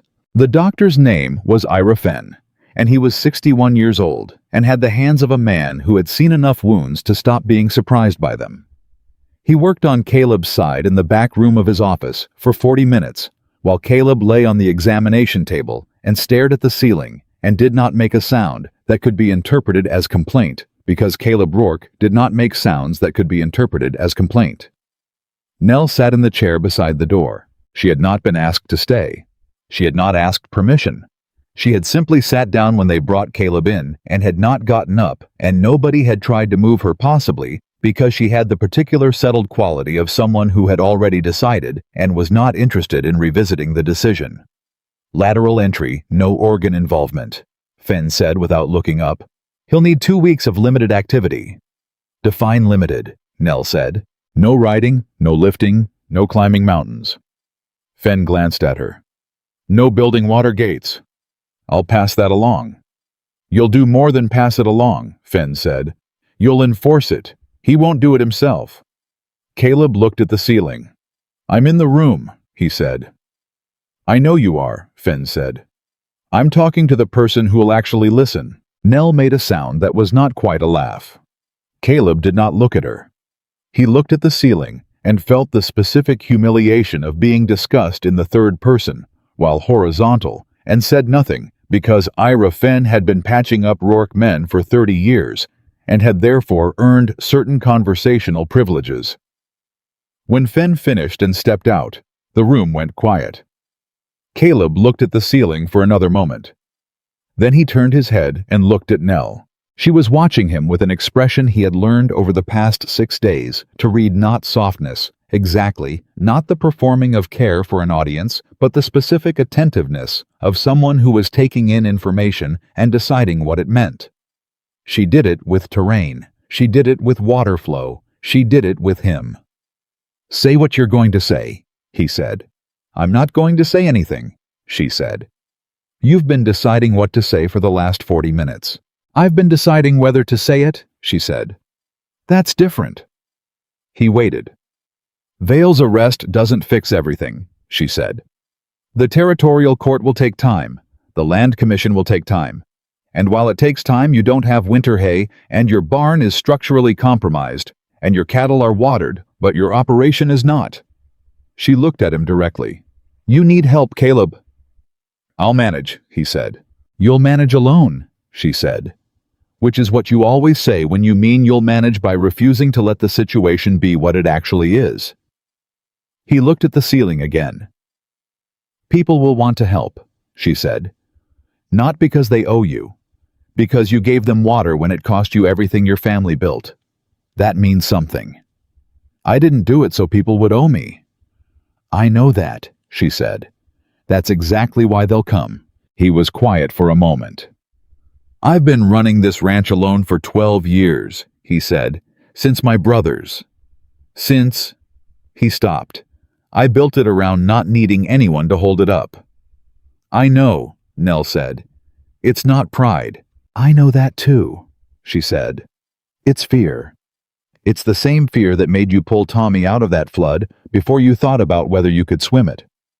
The fear of what happens to the people you care about when they depend on you. She paused. Caleb. That flood didn't kill Tommy because you were there. You were there and he lived. That's how it works. Not every story ends the way your brothers did. The words landed the way true things landed, not gently, not harshly, but with the weight of something that had been true for a long time and was only now being said in the right room at the right moment. You're not afraid of hard work, she said. You're not afraid of the cost. You're afraid that the people who depend on you will pay it instead of you. She looked at him. Let them choose, that's all. Just let them choose. He didn't answer right away. Outside the window, he could hear Granite Hollow settling back into itself after the fire, the sound of cleanup of people moving with purpose, of a community that had been through something and was deciding what to do with the fact of having survived it. You're very certain, he said, for someone who drove stakes across a man's road without introducing herself first. The stakes introduced my position clearly, she said. They did, he said. A pause. My ribs hurt, he said. I know, she said. I'm going to sleep for an hour. I'll be here, she said. He closed his eyes. He didn't argue with that. He woke to voices outside the window. Not raised voices, working voices. The specific rhythm of people engaged in coordinated physical labor, calling distances and weights and directions back and forth in the comfortable shorthand of people who had done similar work together before. He got himself upright against Fenn's explicit instructions, which he noted and set aside and looked out. The street in front of the doctor's office held 6 wagons, not Vale's wagons, not the half-loaded coaches that had been pointed north during the fire. 6 flatbed farm wagons loaded with timber tools, canvas hay bales, and things he couldn't identify from the window. Samuel Price was directing unloading with the authority of a man who had been waiting for this particular task.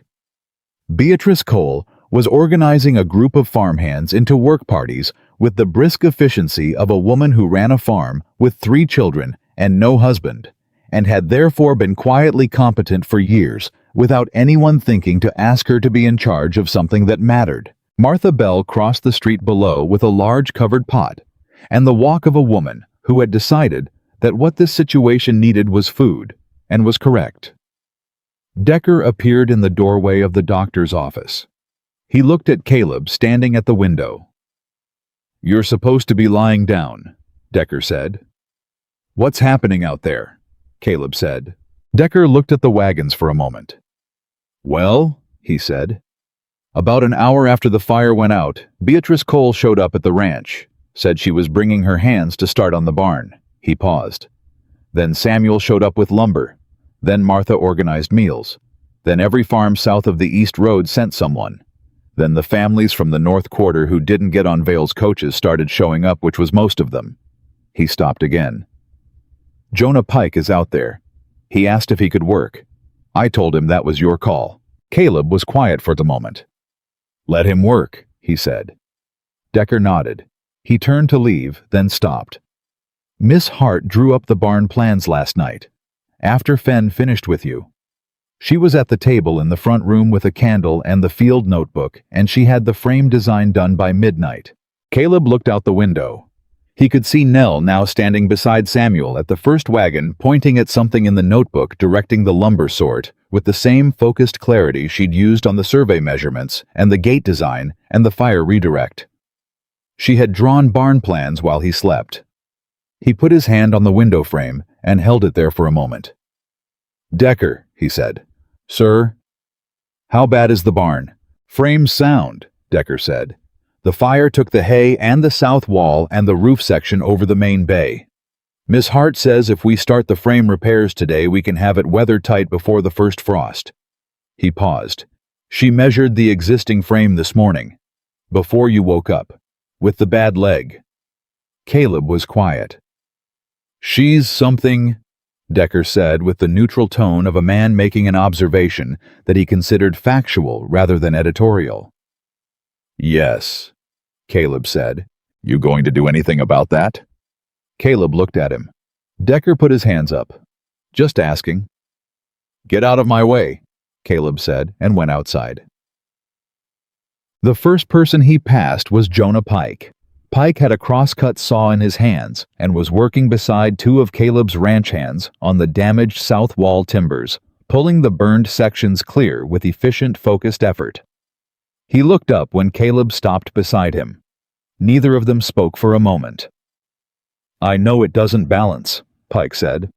"What I helped Vale set up. I know working a barn frame doesn't balance that." "No," Caleb said. "It doesn't. I'm not asking it to," Pike said. "I just want to work." Caleb looked at him. He looked at the saw. He looked at the two ranch hands who were watching this exchange with the careful attention of men who understood it mattered. "You testified to Collins," Caleb said. "Gave him everything," Pike said.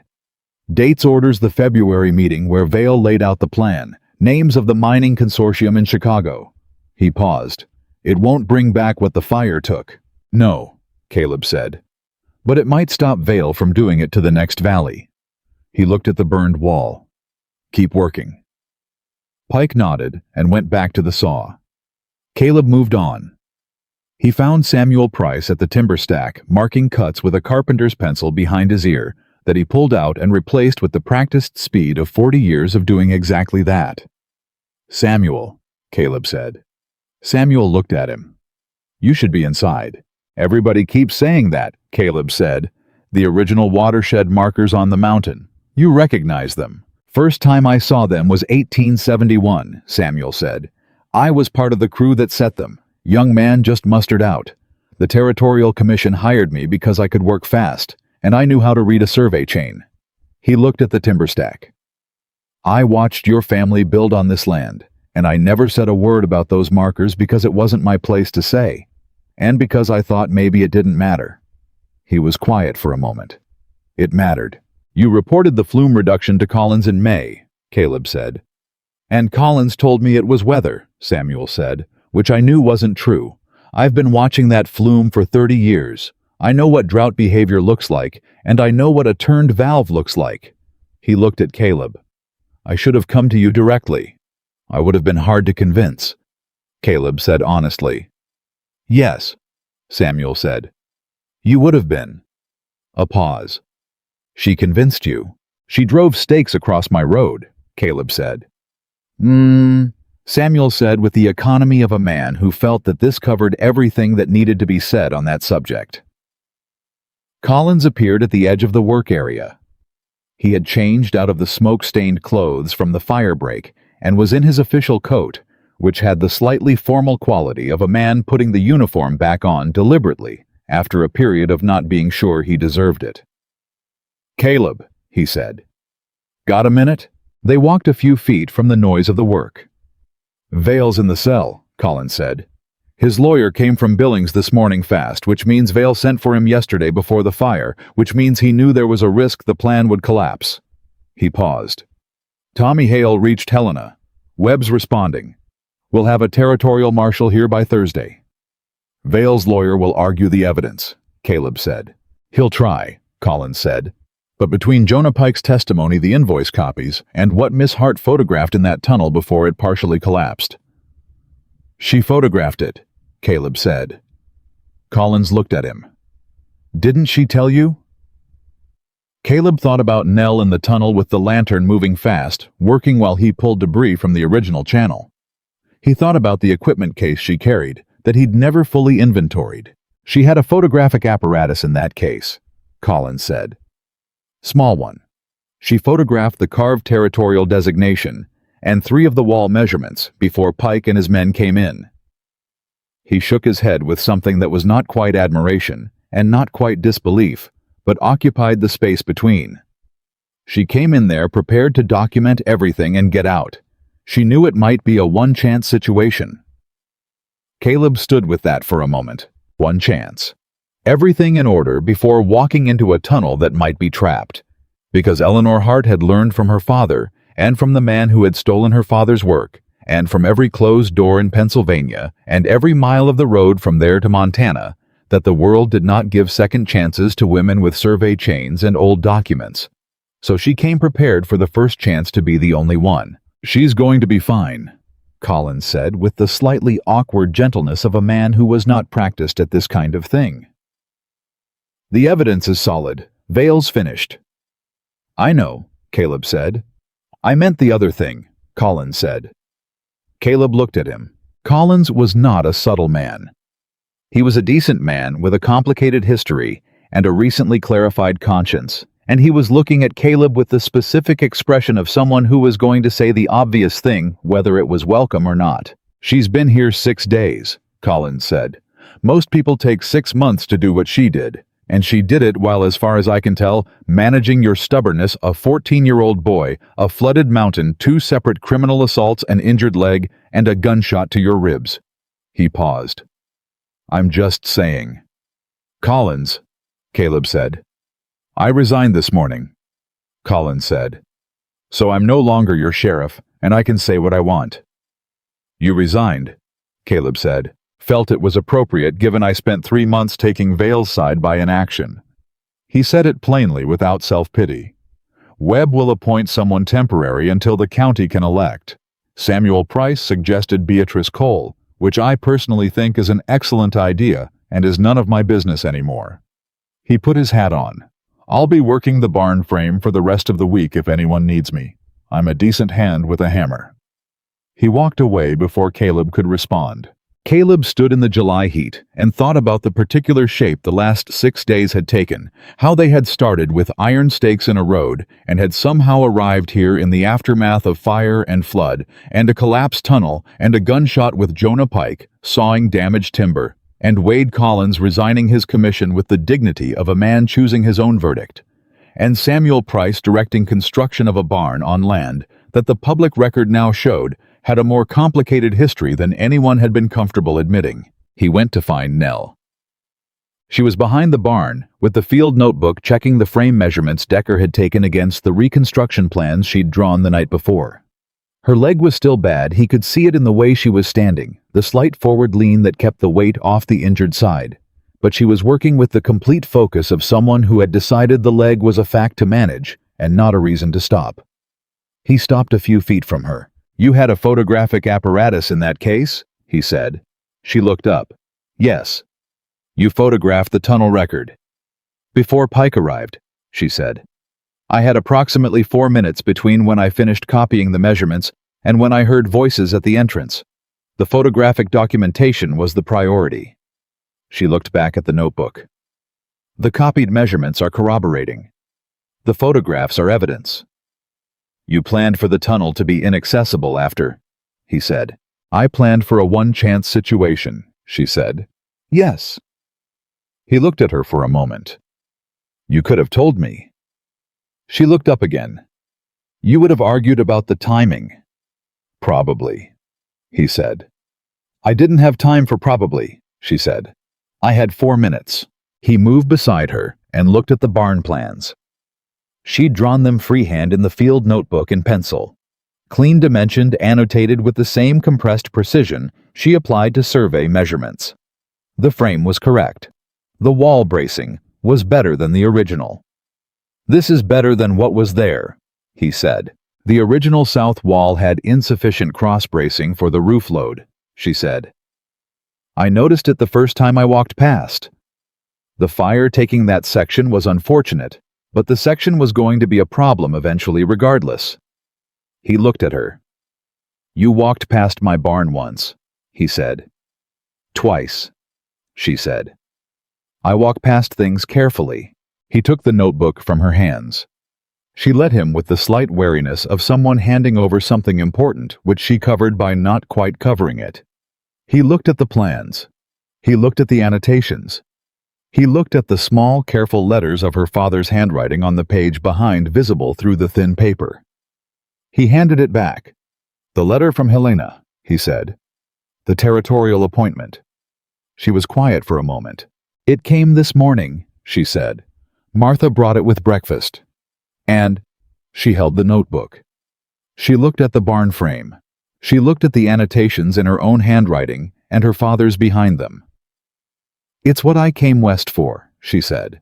"Official recognition, my name on the territorial survey record." She paused. "It's in Helena, permanent position. I'd be gone within the month." The thing that moved through Caleb's chest was specific and immediate and entirely unwelcome. He kept his voice even. "That's what you earned," he said. "Yes," she said. "You fought too hard to have your name on your work," he said. "I'm not going to be another man asking you to make it smaller." She looked at him. "Caleb, I mean it," he said. "Your father's survey is complete. Your name is on the territorial record. Vale is in a cell partly because you drove stakes across a stubborn rancher's road and refused to move them." He kept his voice steady, with the effort of a man holding something large and heavy and refusing to put it down in front of an audience. "You should go." Nell was quiet for a moment. "That," she said, "is either the most respectful thing anyone has ever said to me, or you are hiding behind it." He said nothing. "You are hiding behind it," she said. "Nell, you've been hiding behind respect since the line cabin," she said. "You almost said something, and then you told me to sleep. You almost said something at the redirect gate, and then you told me about the water. You're doing it again right now, and I am tired. Caleb, my leg hurts and my ribs hurt, and I have not slept properly in 4 days, and I do not have the patience for your particular variety of noble restraint today." He looked at her. She looked back at him with the same expression she'd used on the iron survey stakes. Absolute settled, not going anywhere.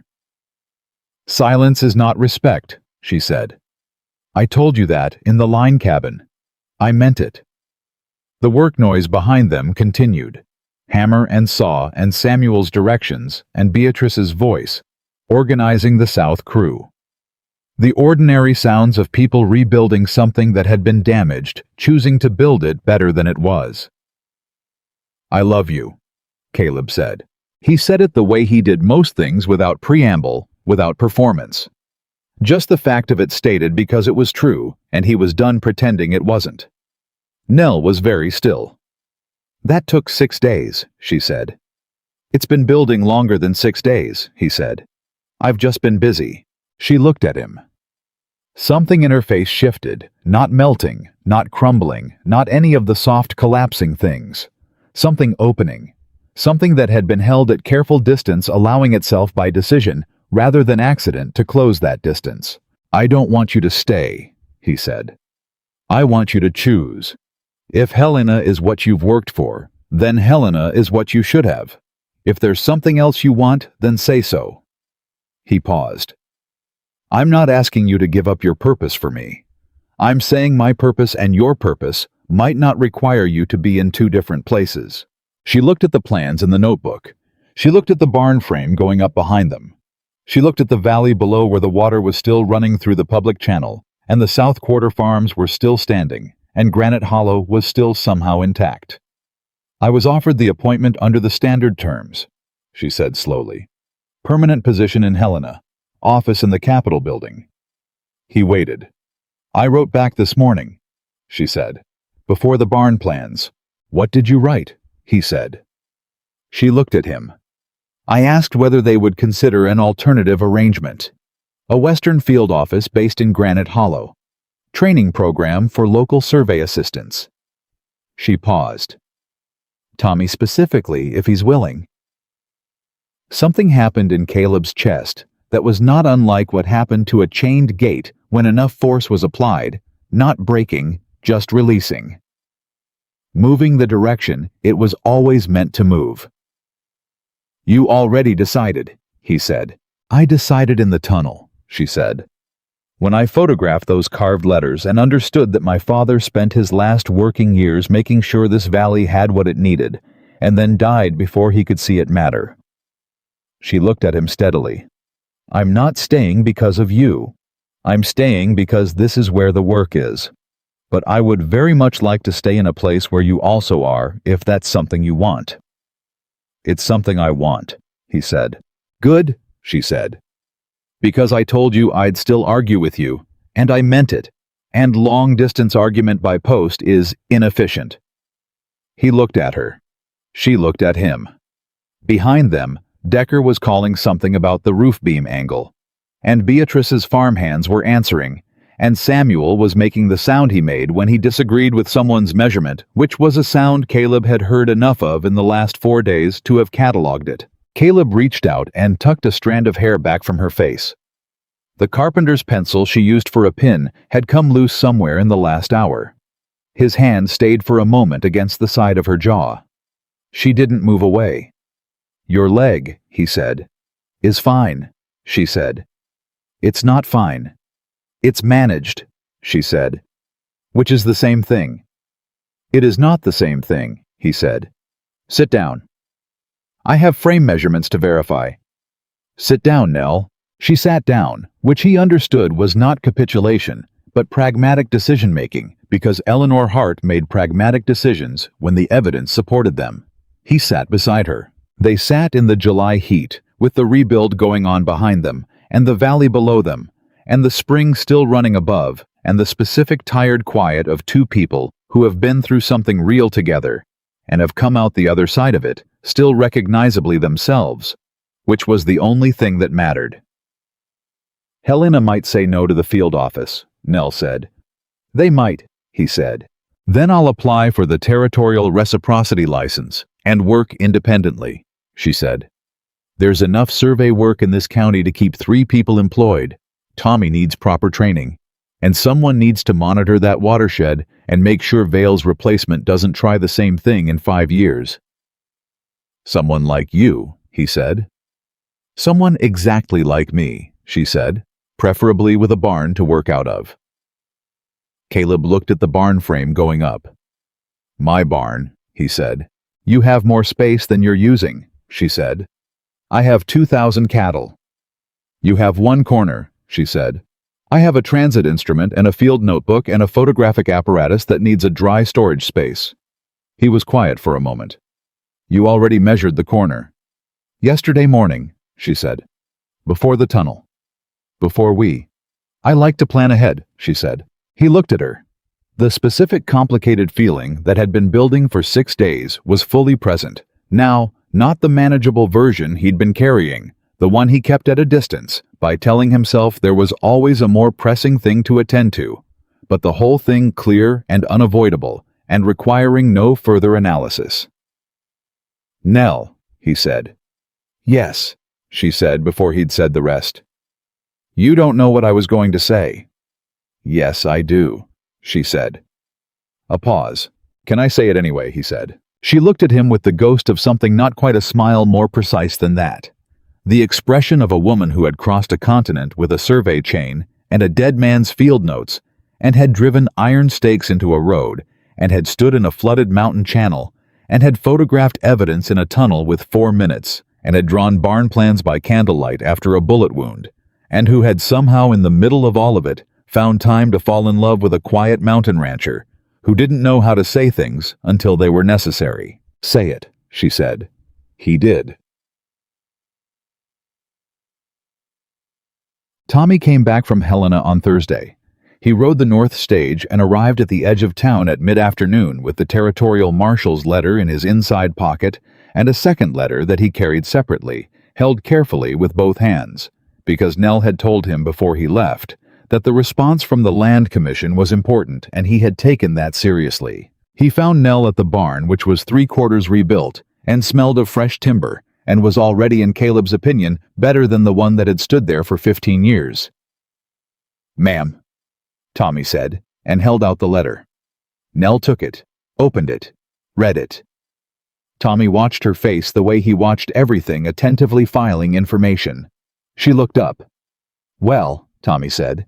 "The field office is approved," she said. "Granite Hollow Western District, Survey Assistant Training Program authorized under my license." She looked at him. "That means you specifically if you want the position." Tommy went still in the way 14-year-olds went still when something they had not dared to want out loud was suddenly available. "A real position," he said. "He paid," she said, "with formal training and a documented apprenticeship that leads to a surveying assistant certification." She paused. "It's hard work, harder than carrying a chain up a mountain." "I know hard work," Tommy said. "I know you do," she said. He exhaled. It was a short, unguarded breath, the sound of someone releasing something they'd been holding without knowing they were holding it. "Yes," he said. "I want it." She nodded. "Then you start Monday." He put his hat back on and tried very hard to look like a professional about it, which was somewhat undermined by the width of the expression he couldn't quite control. Caleb appeared in the barn doorway. "Marshall's here," he said. "Coming in tomorrow," Tommy said, recovering his composure. "He has Vail's full financial record from the Chicago Consortium, and the Chicago investors are cooperating because apparently when federal land fraud is involved, the investors cooperate faster than their lawyers can advise against it." Caleb looked at Nell. She was still holding the letter from Helena. "Good news," he said. "Field office approved," she said. "Tommy is our first official survey assistant." Caleb looked at Tommy. "Survey assistant," he said. "Yes, sir," Tommy said with the gravity of someone testing a new title. Caleb nodded once. He looked at Nell. Something passed between them that Tommy filed and did not comment on because Tommy Hale was 14 and perceptive and understood that some exchanges were not his to interpret. "Supper's at Martha's," Caleb said. "Samuel wants to show you the Water Council charter he's been drafting." "A charter," Nell said. 5 members, Caleb said. "Ranchers, farmers, laborers, and 1 representative from the women property holders. Samuel's been working on it since the night of the fire." He paused. "He's put Beatrice Cole's name as first elected member. He asked if you'd witness the document." Nell was quiet for a moment. She looked at the approved letter in her hand. She looked at the rebuilt barn around her. She looked at Tommy, who was standing in the doorway with a hat he was going to need to stop fidgeting with if he was going to manage survey equipment professionally. "Tell Samuel we'll be there," she said. Caleb looked at her for a moment. The specific look he had, the one she'd learned to read as the version of him that had something to say and was deciding whether to say it.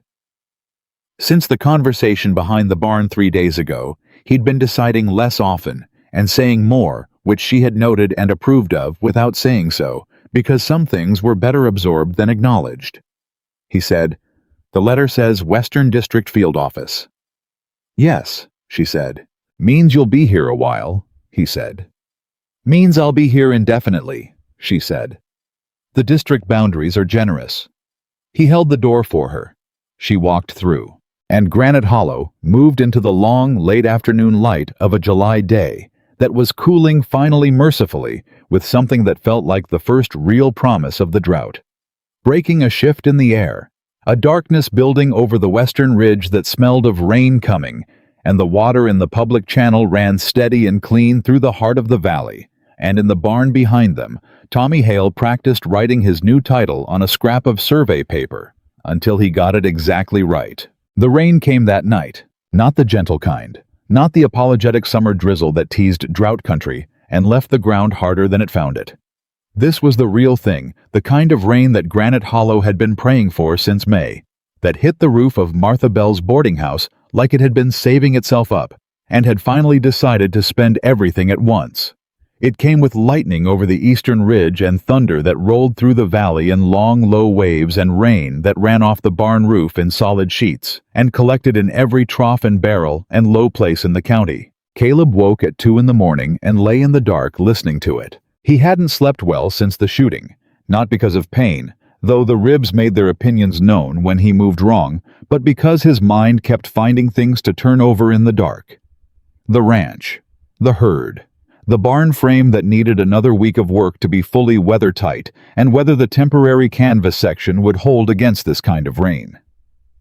The Water Council charter that Samuel had spent 3 evenings drafting on the kitchen table at Martha's with Nell and Beatrice, and 2 of the South Quarter ranchers, the kind of document that didn't look like much from outside, but meant everything about how a community decided to see itself going forward. He lay there listening to the rain fill the valley. Then he got up, put on his boots, and went outside. The rain hit him immediately and completely. He stood in it for a moment, just stood in it face up, letting it soak through his shirt, the way the land around him was being soaked, after 19 days of sun that had tried its best to finish everything. He could hear water moving in the public channel on the other side of town.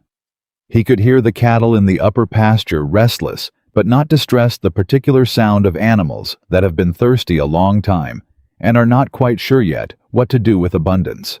A light was on in the barn. He crossed the yard and went in. Nell was at the work table in the dry corner, his corner originally, the one that now held her transit instrument in its case, and her photographic apparatus, and 2 stacks of field notebooks, and the brass compass she kept wound in oilcloth when it wasn't in use. She was writing. Not her notebook paper, the formal kind, which meant she was drafting something that mattered. She heard him come in and didn't look up. "It's 2 in the morning," he said. "I know," she said. "You're supposed to be resting the leg." "The leg is fine," she said. "The leg is not fine," he said. Fen said limited weight bearing," she said. "I'm sitting down." She looked up. "Why are you soaking wet?" "It's raining," he said. "I'm aware," she said. "Were you standing in it?" "Briefly," he said. "Poha." She looked at him with the expression she used when his decisions were technically defensible and practically baffling, which was an expression he had become familiar with and did not entirely mind. She pointed at the empty chair beside the table without speaking. He pulled it out and sat, and she went back to writing. "What are you drafting?" he said. "Survey methodology proposal," she said, "for the Water Council. They need a standardized monitoring protocol for the spring volume seasonal measurements documented at consistent intervals so that any future diversion attempt shows up immediately in the record, instead of gradually over 6 months while everyone assumes it's weather." She kept writing. "If we'd had this protocol in February, Samuel's report to Collins would have had numbers behind it instead of observation. Collins might have acted. Collins might not have," Caleb said. "He still owed his debt to Vale." "The numbers would have made his inaction harder to sustain," she said. "That's the point. You make the truth easy to see and hard to ignore." He watched her write for a moment. "You're doing this for the next time," he said. "There's always a next time," she said. "Vale was specific. The pattern isn't. Any man with enough money and enough patience can do what he did to this valley if the community doesn't have documentation that makes the manipulation visible." She looked at him. "The charter protects the water. The monitoring protocol protects the charter. You need both." "How long will the protocol take to implement?" he said. "Tommy can run the standard measurements in 3 hours once a month year-round," she said. "I'm designing it so that any literate person with basic training can execute it. It doesn't require a licensed surveyor." She paused. "In 10 years, it'll be normal here. Kids will grow up knowing what the spring flow numbers mean the way they know what weather means." Caleb thought about that. About a version of Granite Hollow, where a 14-year-old boy with a survey chain was as ordinary as a ranch hand with a rope, where the record was just part of how things worked, not something a woman had to cross a continent to rescue. "Your father would have liked that," he said. Nell's hand slowed on the paper, just for a moment. "Yes," she said. "He would have." She went back to writing. He sat with her in the dry corner of the rebuilt barn while the rain dismantled the drought outside, and neither of them needed to fill the quiet with anything, which was its own kind of thing. The Water Council charter was signed on a Tuesday, Samuel Price had chosen the location, the public pump at the center of Main Street, because that was where the drought had first made itself undeniable and where the community had first understood what it stood to lose. 8 people stood around it in the morning light. Samuel Beatrice Cole, 2 South Quarter ranchers named Hicks and Larson, who had kept their distance through most of the crisis and had been quiet and present at the barn rebuild, and were here now a young woman named Clara Yates, who had been elected by the women property holders with a speed that suggested they'd had a candidate in mind for some time, Nell, Tommy, and Caleb. Collins was not there. He had left Granite Hollow the week before, quietly heading east. He'd shaken Caleb's hand at the stage station and said he needed to figure out who he was when he wasn't compromised, which Caleb had understood and respected without saying so. The territorial marshal had left after taking Vale's full deposition and confirming that the Chicago Consortium's cooperation had produced enough additional evidence that the trial, whenever it came, would not be a close thing. Vale was in the Billings jail now, which was further away and more secure, and his lawyer was negotiating rather than fighting, which was the legal equivalent of a man who knew he was downstream from a broken dam. Samuel read the charter aloud. It was not a long document. Samuel was not a man who used more words than a thing required. It established the 5-member council, defined the spring as a public watershed under the 1873 territorial designation. Nell's documentation and photographs had been formally accepted into the territorial record 2 days earlier, set the measurement protocol as a required quarterly report, and named the specific conditions under which no single rancher company or official could alter the water flow without council approval and territorial notification. The last line read, "This charter is made in the name of every family in this valley that carried a bucket when they should have turned a tap." Beatrice Cole had written that line. When Samuel finished reading, nobody spoke for a moment. Then Clara Yates said, "Who has a pen?" Everybody laughed, which broke the particular solemnity that had been building into something that needed breaking, and Samuel produced a pen, and they signed it on the flat top of the pump housing, and Tommy witnessed it with the concentrated seriousness of someone who understood that his signature on a document was a new kind of thing and intended to mean it. Caleb signed last. He held the pen for a second after his name was down. Below his signature, Samuel had left a space labeled Rourke Ridge Ranch Public Watershed Acknowledgement. Caleb had known it was there. He'd read the draft. He'd said nothing about it for 3 days, which Nell had noticed, and also said nothing about which was one of the ways they had learned to give each other room. He signed it, not the ranch name, his own name separately beneath the official line, because the acknowledgement was personal, not corporate. It was Caleb Rourke saying in ink on a legal document that his family had held something that was never entirely theirs to hold, and that the truth of that mattered more than the discomfort of admitting it. Samuel looked at the 2 signatures. He looked at Caleb. "Your father was a good man," Samuel said. "He was," Caleb said. "A good man can inherit a wrong thing," Samuel said. "Doesn't make him wrong, makes him human." Caleb nodded once. Samuel capped the pen.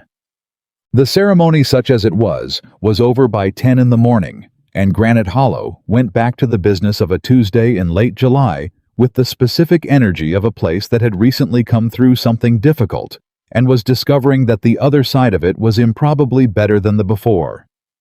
Caleb went back to the ranch. He spent the morning checking the upper pasture fence line, which needed 3 sections, replaced after the flood had worked at the post bases. He worked alone, the way he'd done most of his work for 12 years. But it felt different now, in a way he couldn't precisely describe.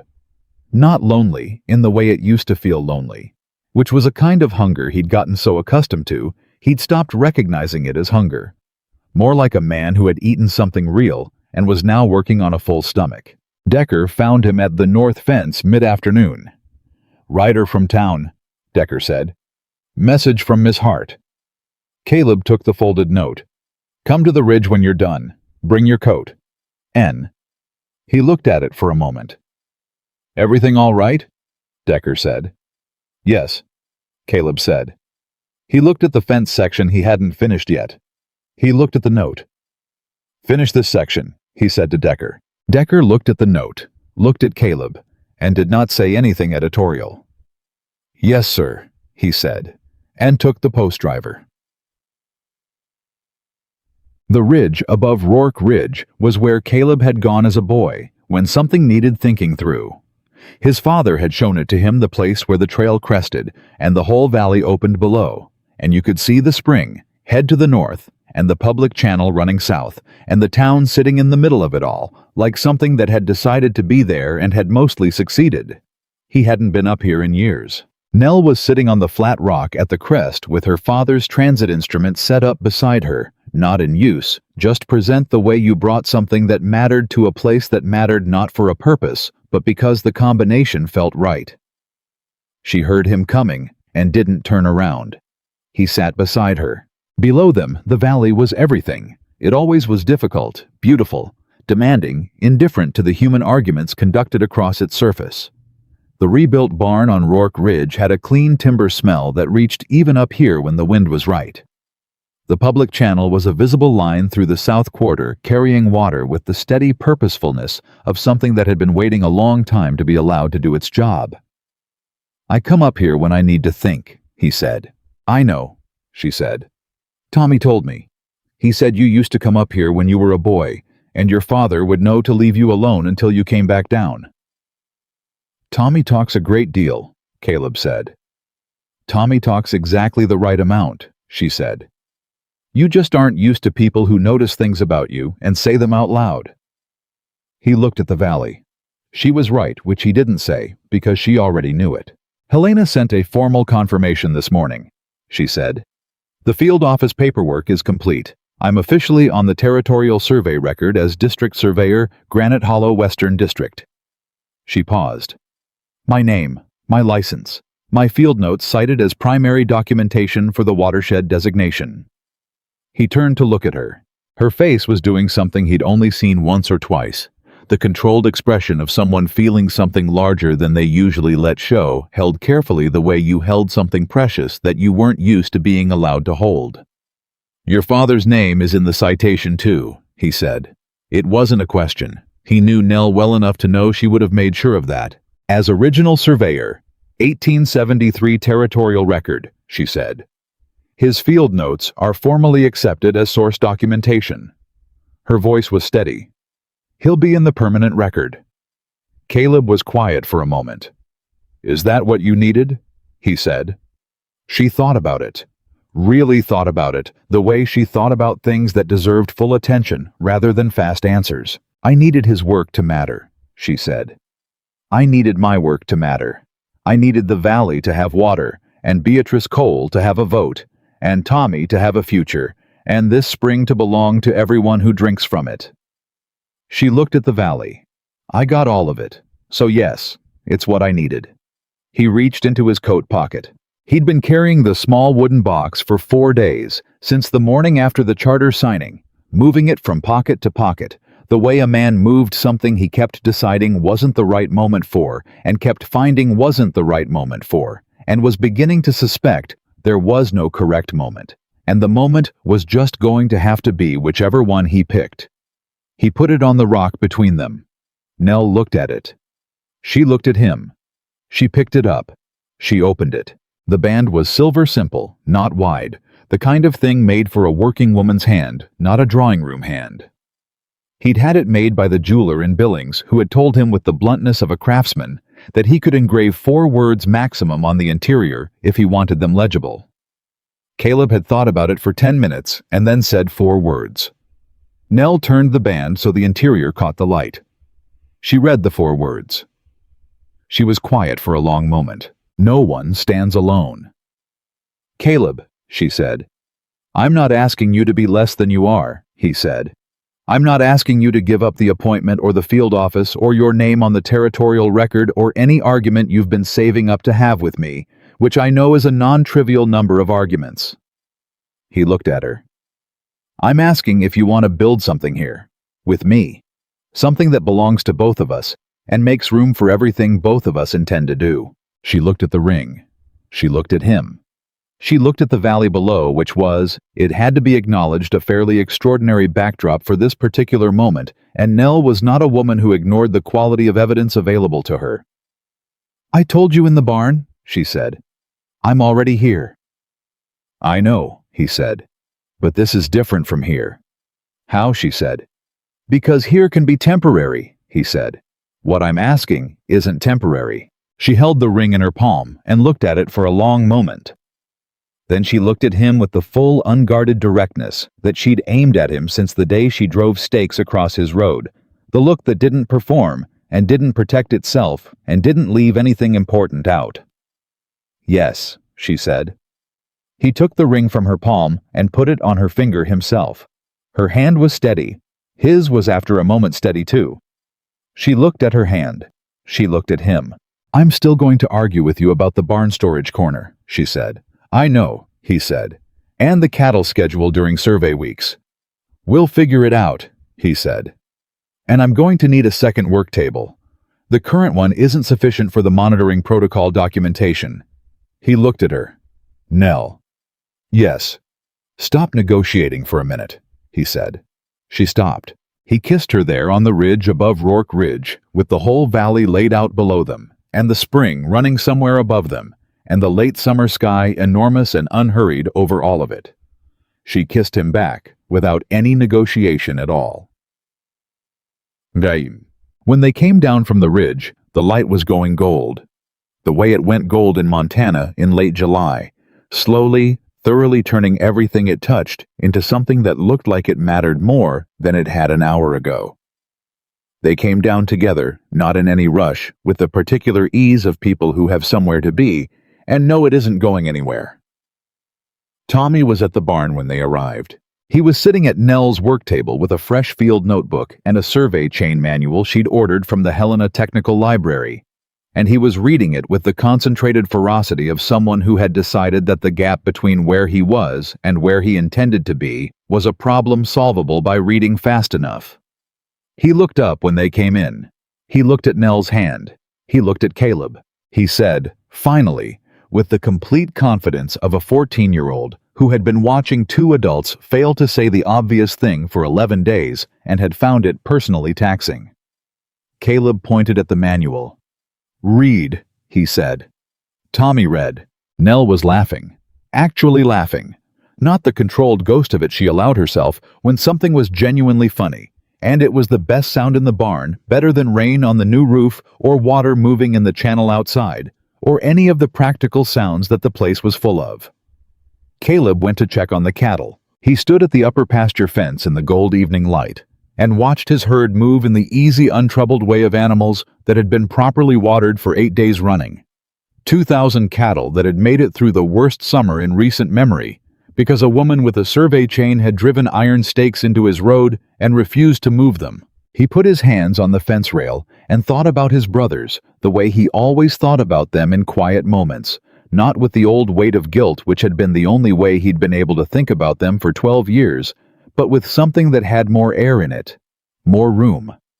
The thought of 2 young men who had loved him and trusted him and had died in a drought that wasn't his fault any more than it was theirs, and who would have told him, if they could, to stop confusing survival with punishment. He thought Nell would have liked them. He thought Daniel would have asked her 11 questions about the photographic apparatus, and Robert would have tried to beat her at elevation measurement and failed, and that both of them would have told Caleb in the blunt way of younger brothers that he should have said something sooner.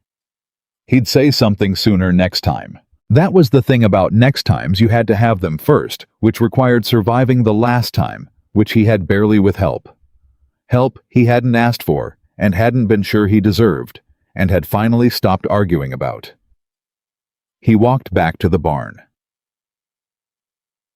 3 weeks later, on the first morning of August, the new public water gate was opened. Samuel had built it himself with Nell's design and Jonah Pike's labor. Pike had stayed in Granite Hollow, which surprised some people and had not surprised Caleb, because a man who had turned around in a tunnel at the critical moment was a man working something out, and you didn't work things out by leaving. He had no official status. He showed up where work was happening and did it. People had begun to treat him the way communities treated anyone who demonstrated consistent usefulness over time with cautious provisional acceptance that would become something else eventually. The gate opening was not a ceremony in the planned sense. It was a Tuesday morning, and people had work to do, and the Water Council had decided that making a production of it would take time they could use for other things.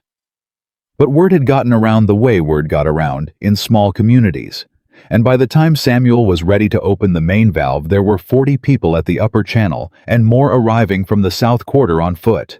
Beatrice Cole brought her 3 children, who stood in a line beside her with the solemn attention of children who had been told this was important and were taking that seriously. Martha Bell brought coffee in a large pot and distributed it without asking whether anyone wanted any, which was Martha Bell's management philosophy applied to all situations. Tommy had his field notebook out and was taking the inaugural flow measurement, which Nell had told him would be the baseline for all future monitoring records, and which he was therefore treating with the appropriate reverence. Caleb stood back from the main group. He was watching Nell move through the people gathered at the gate, talking to Hicks and Larson about the distribution schedule, answering a question from Clara Yates about the monitoring protocol, crouching down to show Beatrice's youngest daughter something in the field notebook that made the girl's face go wide with interest. She moved through Granite Hollow the way she'd moved up his mountain that first morning, sure-footed, purposeful, without any performance of belonging, because she didn't need to perform it anymore. She had simply somewhere in the last 3 weeks become part of how this place worked. Samuel opened the valve. Water moved through the new gate with a sound that was nothing like the desperate explosive roar of the flood or the controlled rush of the emergency redirect. It was quieter than either of those things. Steadier. The ordinary sound of water doing what water did when it was allowed to go where it was needed, unhurried, certain belonging to everyone downstream. The children at the front of the group reached into the new trough at the base of the gate and came up with wet hands, and the youngest of Beatrice's daughters turned to her mother with water dripping off her fingers and said, "Mama, it's cold," with the pure delight of a child who had been carrying buckets for 19 days and had not quite believed until this moment that the normal thing would be restored. Beatrice put her hand on her daughter's head. Nobody made a speech. Nobody needed to. Nell came through the group to where Caleb was standing. She stood beside him and they watched the water run and the people standing around it, ranchers and farmers, and a carpenter, and a former sheriff and a foreman making something of his second chance, and a 14-year-old boy with a field notebook, and a widowed mother with 3 children, and a new seat on the Water Council, all of them doing the ordinary human thing of being glad together, which was the best any community could really offer. "Tommy's measurement is good," she said. "I figured it would be," he said. "The baseline is stronger than I projected," she said. "The drought damage to the spring head was less than I feared. By October, the seasonal flow should normalize fully." "That's good news," he said. "Yes," she said. "It is." He looked at her hand on the fence rail beside his. The silver band caught the morning light. "Any regrets?" he said. She turned to look at him with the full attention she gave everything she thought deserved full attention. "About the field office," she said. "About any of it," he said. She thought about it for a real moment. Not the pause that meant hesitation. The pause that meant she was being honest rather than reflexively reassuring, which was the only kind of answer Caleb had ever wanted from her. "I regret that it took a drought and a fraud and dynamite and a wildfire," she said. "I would have preferred to prove the watershed claim through normal legal channels without anyone getting shot." "Reasonable regret," he said. "I don't regret the stakes," she said. "The stakes in my road?" he said. "Yes," she said. "I would drive them again." "I know," he said. "Would you stop for them again?" she said. He thought about that morning, the violent stop, the overheated cattle, the woman who would not move, and the argument he had been losing since before he understood he was in one. "Yes," he said. "Good," she said. "Because I intend to drive stakes again, metaphorically, across various roads, throughout our life together." "I'm aware," he said. "And you're not going to argue about it," she said. "I'm going to argue about it every single time," he said. "And then I'm going to trust your measurements." She smiled. The full version, the one he'd been seeing more of in the last 3 weeks, the one that didn't hold anything back because she'd decided he was someone worth showing it to. "That," she said, "is the most romantic thing you've ever said to me." "I'll work on doing better," he said. "Don't," she said. "It suits you." Below them, Tommy called out the baseline measurement in his clear, carrying voice. Cubic feet per hour, elevation differential channel width, at 3 monitoring points. And Samuel wrote it down in the official record with the careful, permanent handwriting of a man who knew that records were how the truth survived long enough to matter. And the water ran. It ran through the public channel, and through the cattle feed, and through the gate Samuel had built, and the valley Nell had mapped, and the town that had come closer to losing itself than it wanted to remember, and had decided finally to protect what it had by making the protection belong to everyone. The mountain remained wild. The land remained hard. The summers in this part of Montana would always be long, and the winters would always arrive without apology, and there would be other droughts, and other men who looked at a community's survival and saw a business opportunity, and there would have to be people ready to drive stakes in the road when that happened. Caleb Rourke, who had spent 12 years believing that distance was the only way to keep people safe, had learned something different. He had learned it from a woman with a survey chain and his brother's memory, and a town that showed up with wagons and timber when he had nothing left to rebuild with on his own.